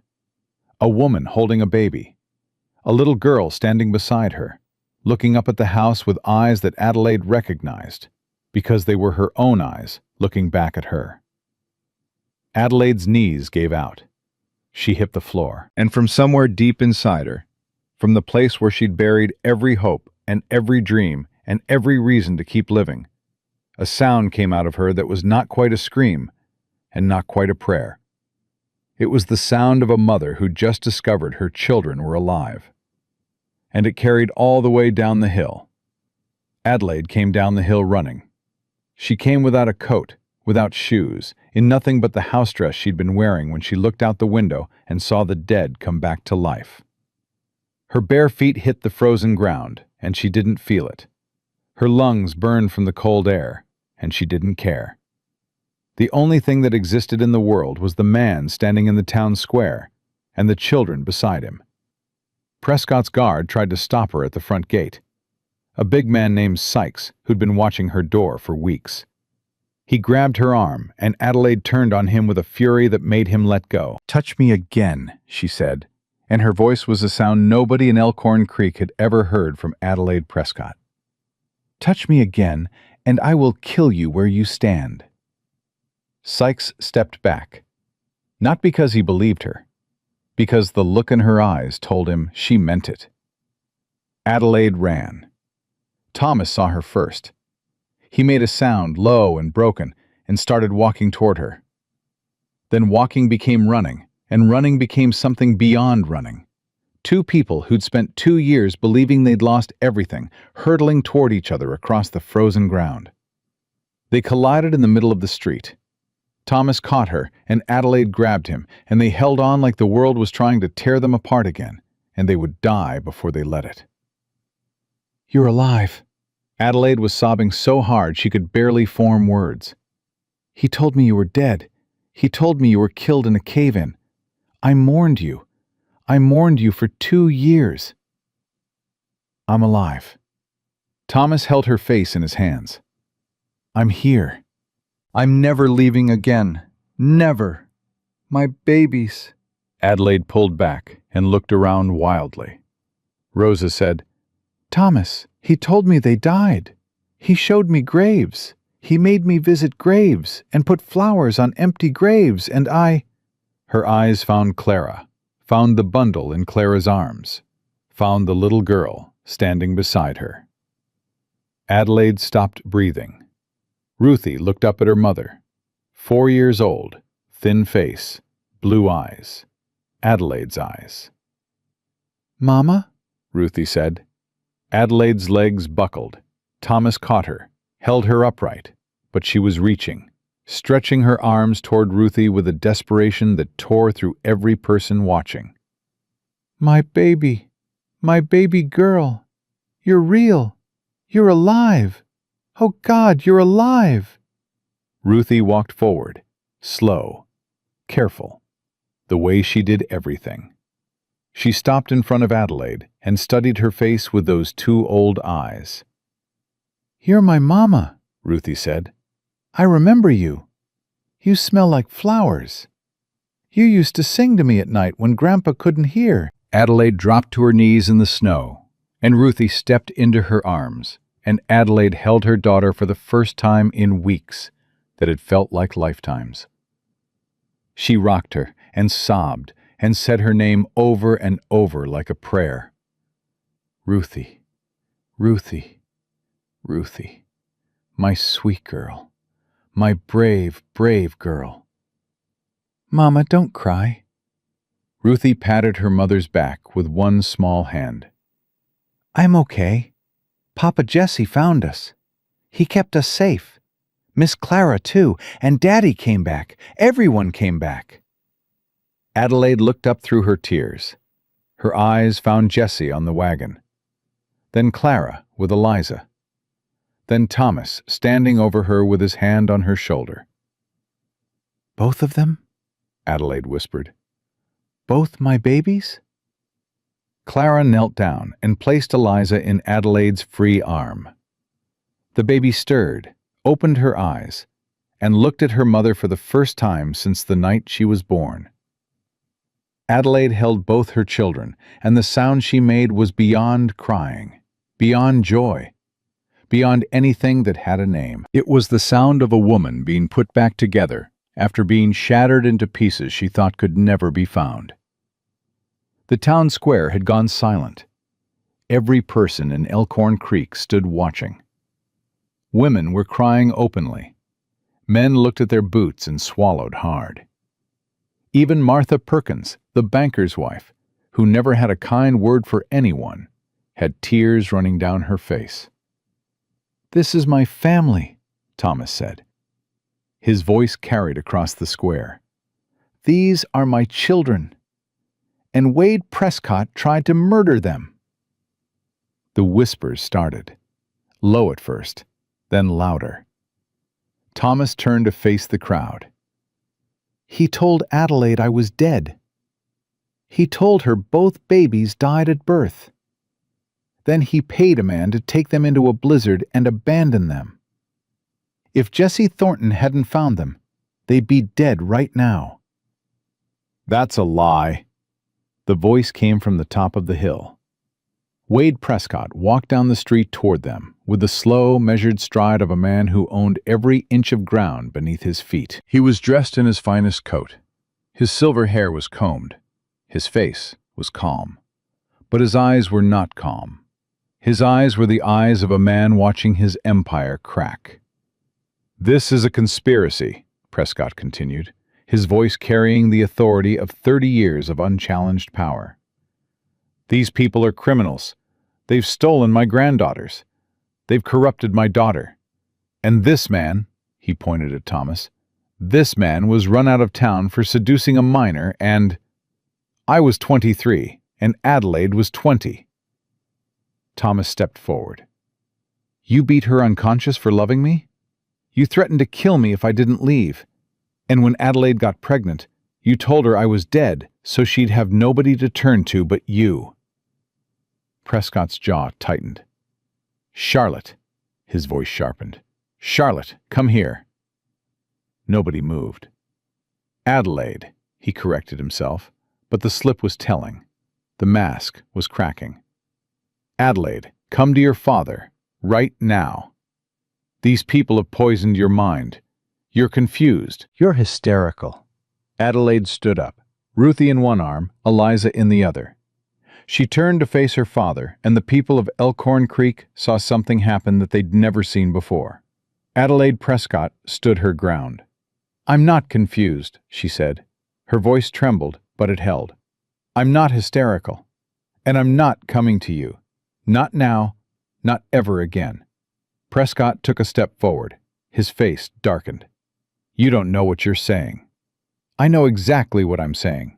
Adelaide's voice got stronger with every word. "You told me my babies were dead.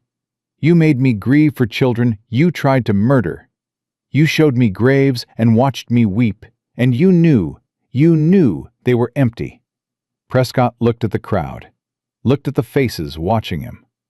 For 30 years, these people had feared him, obeyed him, looked away when he did terrible things. He expected that to hold. "This is a family matter," Prescott said. "It doesn't concern anyone else." "It concerned me when I found 2 children dying in the snow." Jesse climbed down from the wagon. His voice was quiet, but it cut through the cold air like a blade.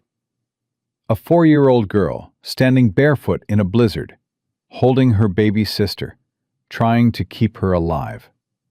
"That concerned me, Prescott. You had no right to interfere." "I had every right. They were dying because of you." Dr. Cole pushed through the crowd. His face was gray with shame, but he was moving forward. And for a man who'd spent years moving backward, that meant something. "I have something to say," Cole said. His voice shook. "Marshal Prescott forced me to sign death certificates for 2 living children. He threatened my family if I refused. I signed them, and I've hated myself every day since." He held up a folded paper. "This is my sworn statement. Everything I know about what Prescott did." Prescott's composure cracked. "Henry," his voice was dangerous, "think very carefully about what you're doing." "I've been thinking about it for weeks. That's the problem. I should have done this the day you asked me to lie." A murmur ran through the crowd. People shifting, looking at each other. The fear that had held them silent for decades beginning to loosen. Elena Vasquez stepped forward from behind Clara. She was shaking, her hands clasped in front of her, but her chin was lifted. "I work in the Prescott house," she said. "For 15 years I have worked there. I have seen what he does to his daughter. I have heard him plan to kill these babies. I heard him say the words. He said they were better off dead than bringing shame to his name." Prescott spun toward her. "You're fired. You're a liar and you're fired, and if you say another word, I'll have you deported." "I am an American citizen, Mr. Prescott." Elena's voice didn't waver. "And I am done being afraid of you." Frank Harlan stepped out of the crowd. He still wore his deputy's badge, but he looked like a different man than the one who'd stood on Jesse's porch with a warrant. "I'd like to add something," Harlan said. He looked at Prescott. 3 days ago, I was ordered to search the Thornton property for these children. I found them. He let that sink in. I found them, and I walked away, because I couldn't bring myself to hand 2 babies over to a man who wanted them dead. Prescott's face went from red to white. His hands were clenched at his sides. The silver-haired patriarch, the man who'd controlled every aspect of life in Elkhorn Creek for 3 decades, was watching his world collapse one witness at a time. "You're all going to regret this," Prescott said. "Every single one of you. I built this town. I own the bank. I hold the mortgages on half your homes. You think you can stand against me and survive?" Silence. Then a voice from the back of the crowd. Old Martha Perkins, of all people. "You don't own me, Wade." My house is paid for, and my conscience is clean, which is more than you can say. Another voice, Tom Fletcher, the blacksmith. "You've been squeezing this town for years, taking land that wasn't yours, charging interest that wasn't legal. I reckon it's time that stopped." Then another, and another. One by one, the people of Elkhorn Creek found their voices. 30 years of silence cracking open like ice in spring. Not everyone, not all at once, but enough. Prescott looked at them, looked at his daughter holding her children, looked at Thomas Callahan, the boy he'd driven away, standing tall and unafraid, looked at Jesse Thornton, the broken cowboy who should have been easy to destroy, but somehow wasn't. And for the first time in anyone's memory, Wade Prescott had nothing to say. "This is over," Jesse said. He stepped forward. The crowd parted for him, not out of fear, out of respect. "You're done, Prescott. Done controlling your daughter. Done threatening this town. Done hurting children." "You can't arrest me," Prescott sneered, but the sneer had lost its teeth. "I'm the law in this county." "No, sir, you're not." A new voice. Everyone turned. A man on horseback at the edge of the crowd, gray-bearded, weathered, wearing a federal marshal's badge that caught the winter sun. "Name's Walter Briggs," the man said, dismounting. "Federal marshal out of Cheyenne. Judge Amos Whitaker sent me." He held up a folded document. "I've got a warrant for the arrest of Wade Prescott on charges of conspiracy to commit murder, falsification of legal documents, coercion, and abuse of judicial authority." The crowd erupted. Prescott tried to run. He turned and made it 3 steps before Harlan caught his arm. "Wade Prescott," Harlan said, and there was something almost peaceful in his voice. "You're under arrest." "You can't do this to me!" Prescott was struggling now, his dignity gone, his power stripped away. "I am Wade Prescott. I built this town. I made all of you." "You're nothing without me." "We were always something." Jesse's voice cut through the noise. "You just made us forget." The federal marshal took custody of Prescott. 2 more deputies appeared, men who'd ridden with Briggs from Cheyenne. They put Prescott in his own carriage and drove him away. The last anyone in Elkhorn Creek saw of Marshal Wade Prescott was his face in the carriage window, white and furious and utterly, finally, powerless. Adelaide watched her father leave. She didn't cry. She didn't cheer. She just stood there, holding her daughters and breathing like a woman who'd been underwater for 22 years and had finally broken the surface. Thomas put his arm around her. "You're free," he said. Adelaide leaned against him. "I don't know what that means yet." "You'll learn.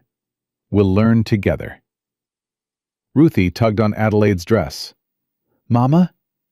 "Yes, baby." "Can we go home now?" Adelaide looked at Thomas, then at Jessie and Clara. "Where is home?" she asked. Jessie and Clara exchanged a look, the kind of look that carries a whole conversation in a single glance. Clara spoke first. "You're welcome at the ranch, all of you, for as long as you need." Adelaide's eyes filled. "You don't even know me." "I know your daughter," Clara said. "She's the bravest person I've ever met. So I reckon I know everything I need to know about her mother." They went to the ranch together, all of them. The wagon was crowded and the road was covered in snow, and baby Eliza cried most of the way because she was hungry. Ruthie sat in Adelaide's lap, pressed close, not willing to let her mother out of reach for even a second. At the ranch, Clara heated milk for Eliza, while Adelaide sat in Jessie's chair by the fire and held her daughters and let herself believe it was real. Thomas knelt beside her. "I'm sorry," he said. "I'm sorry I left. I'm sorry I wasn't there." "You're here now." Adelaide touched his face. "That's what matters." Jessie stood by the window. His window. The place he'd spent 6 years watching the world go by without him. Clara came and stood beside him. "You're doing it again," she said, watching from the outside. "Habit. Bad habit." Clara took his arm. "Come, sit down. Be part of it. They don't need me hovering. They're a family. They need time to—" "Papa Jessie." Ruthie's voice stopped him. She was looking at him from Adelaide's lap with those blue eyes that saw everything. "Come sit with us. There's room." Jessie looked at Clara. Clara smiled. The smile he'd seen through gunfire and blizzards and fear, and somehow it was still the warmest thing he'd ever known. He sat down. Ruthie immediately climbed from Adelaide's lap into his.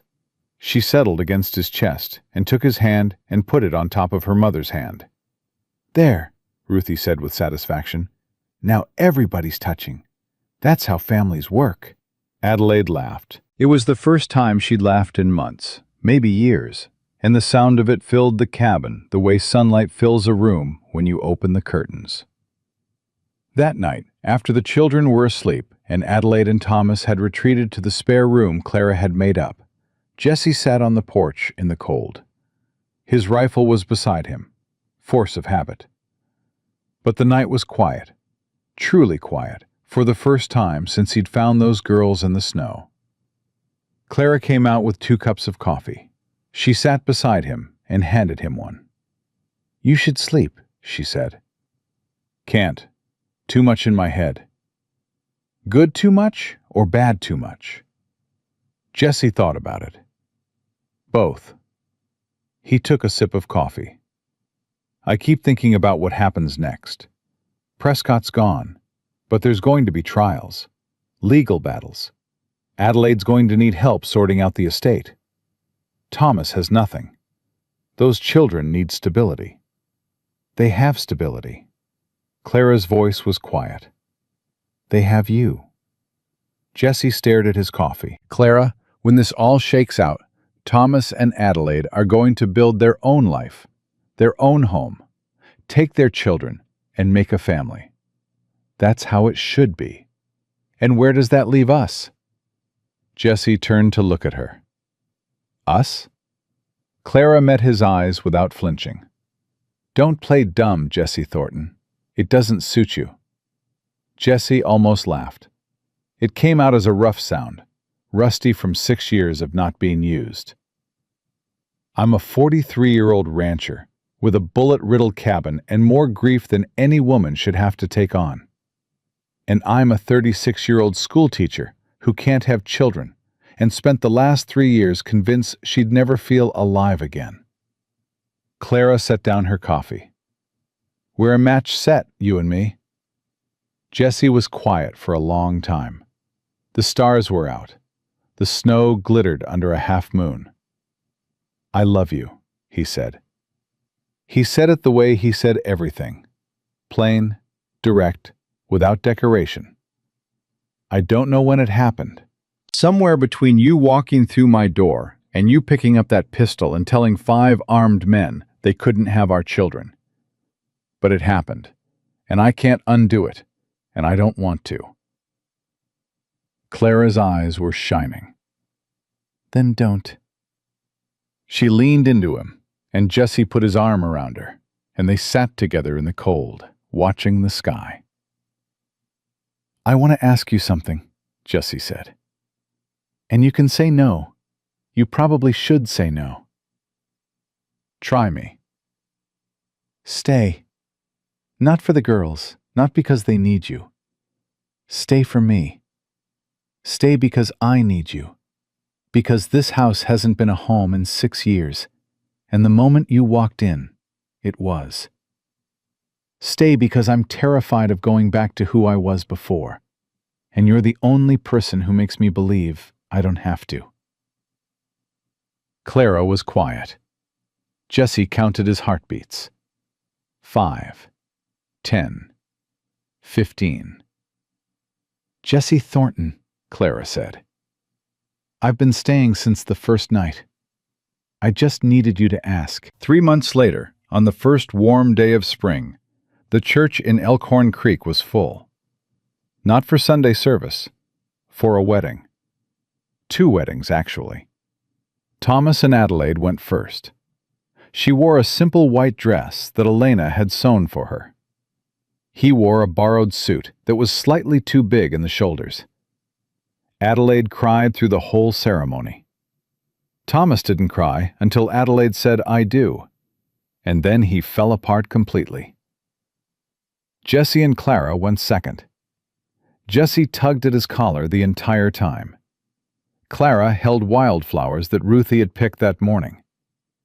The bouquet was mostly dandelions and one confused daisy, but Clara held it like it was the most beautiful thing she'd ever received.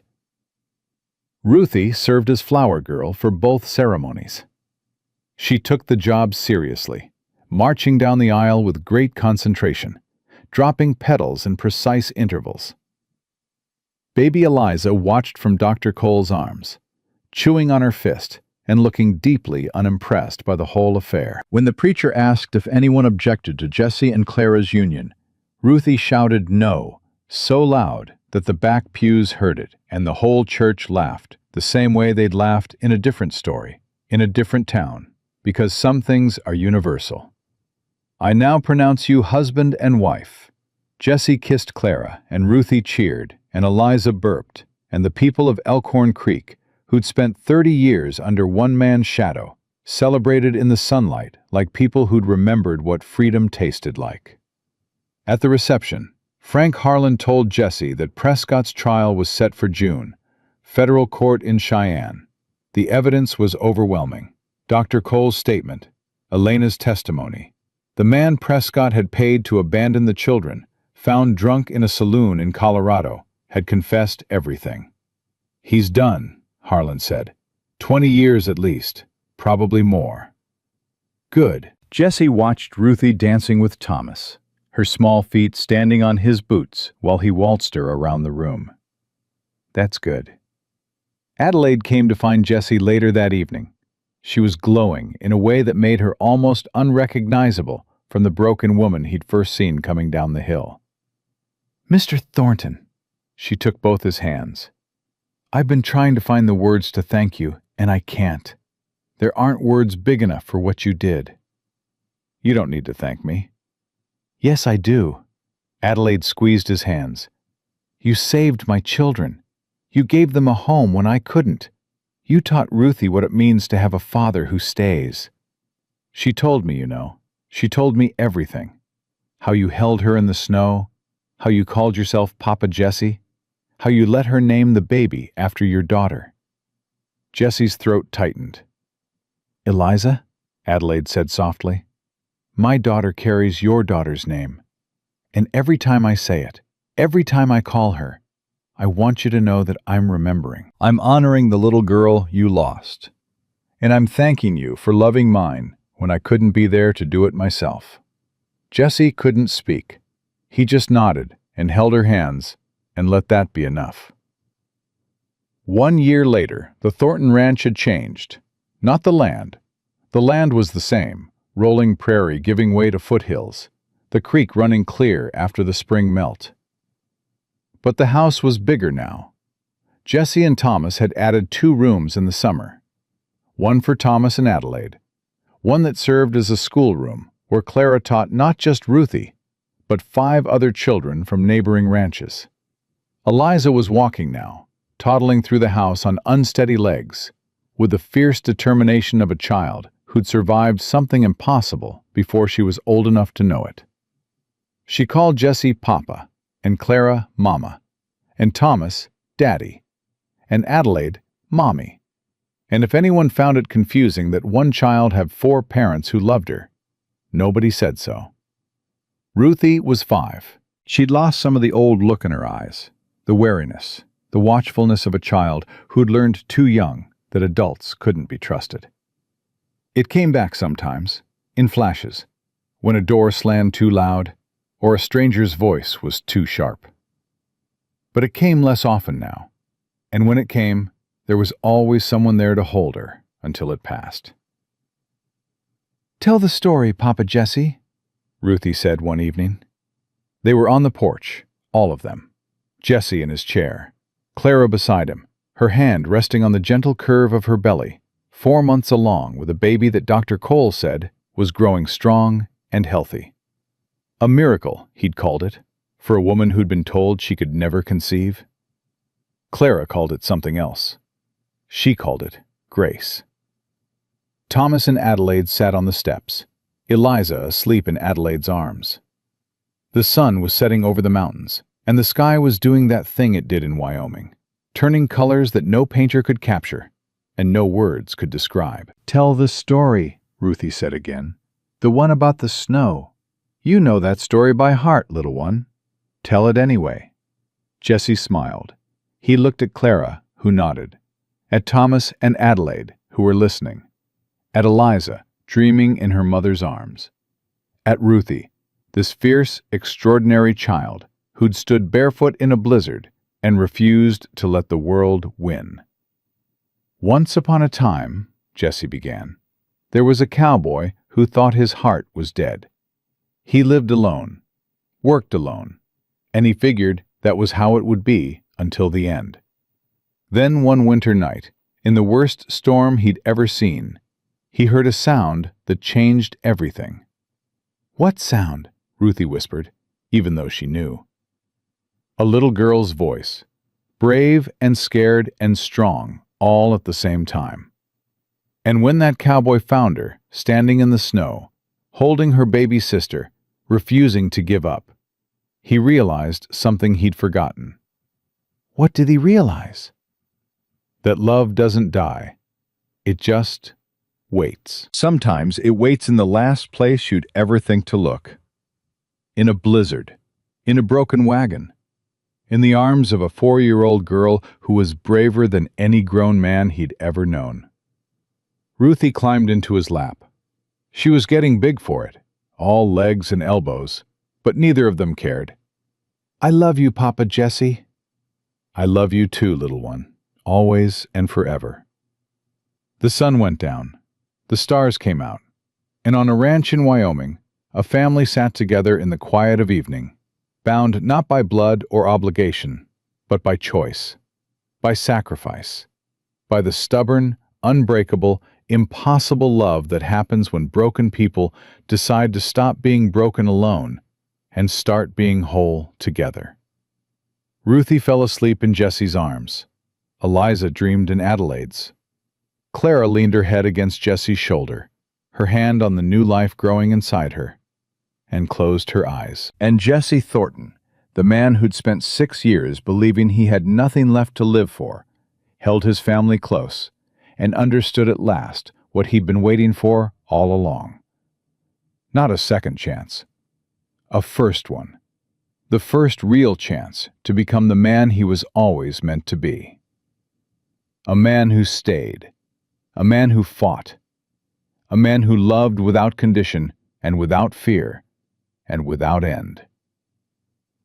The snow would come again. The winters in Wyoming always did. But this time, when the cold came, it would find the cabin warm, the fire lit, and the door open to anyone who needed shelter. Because that's what families do.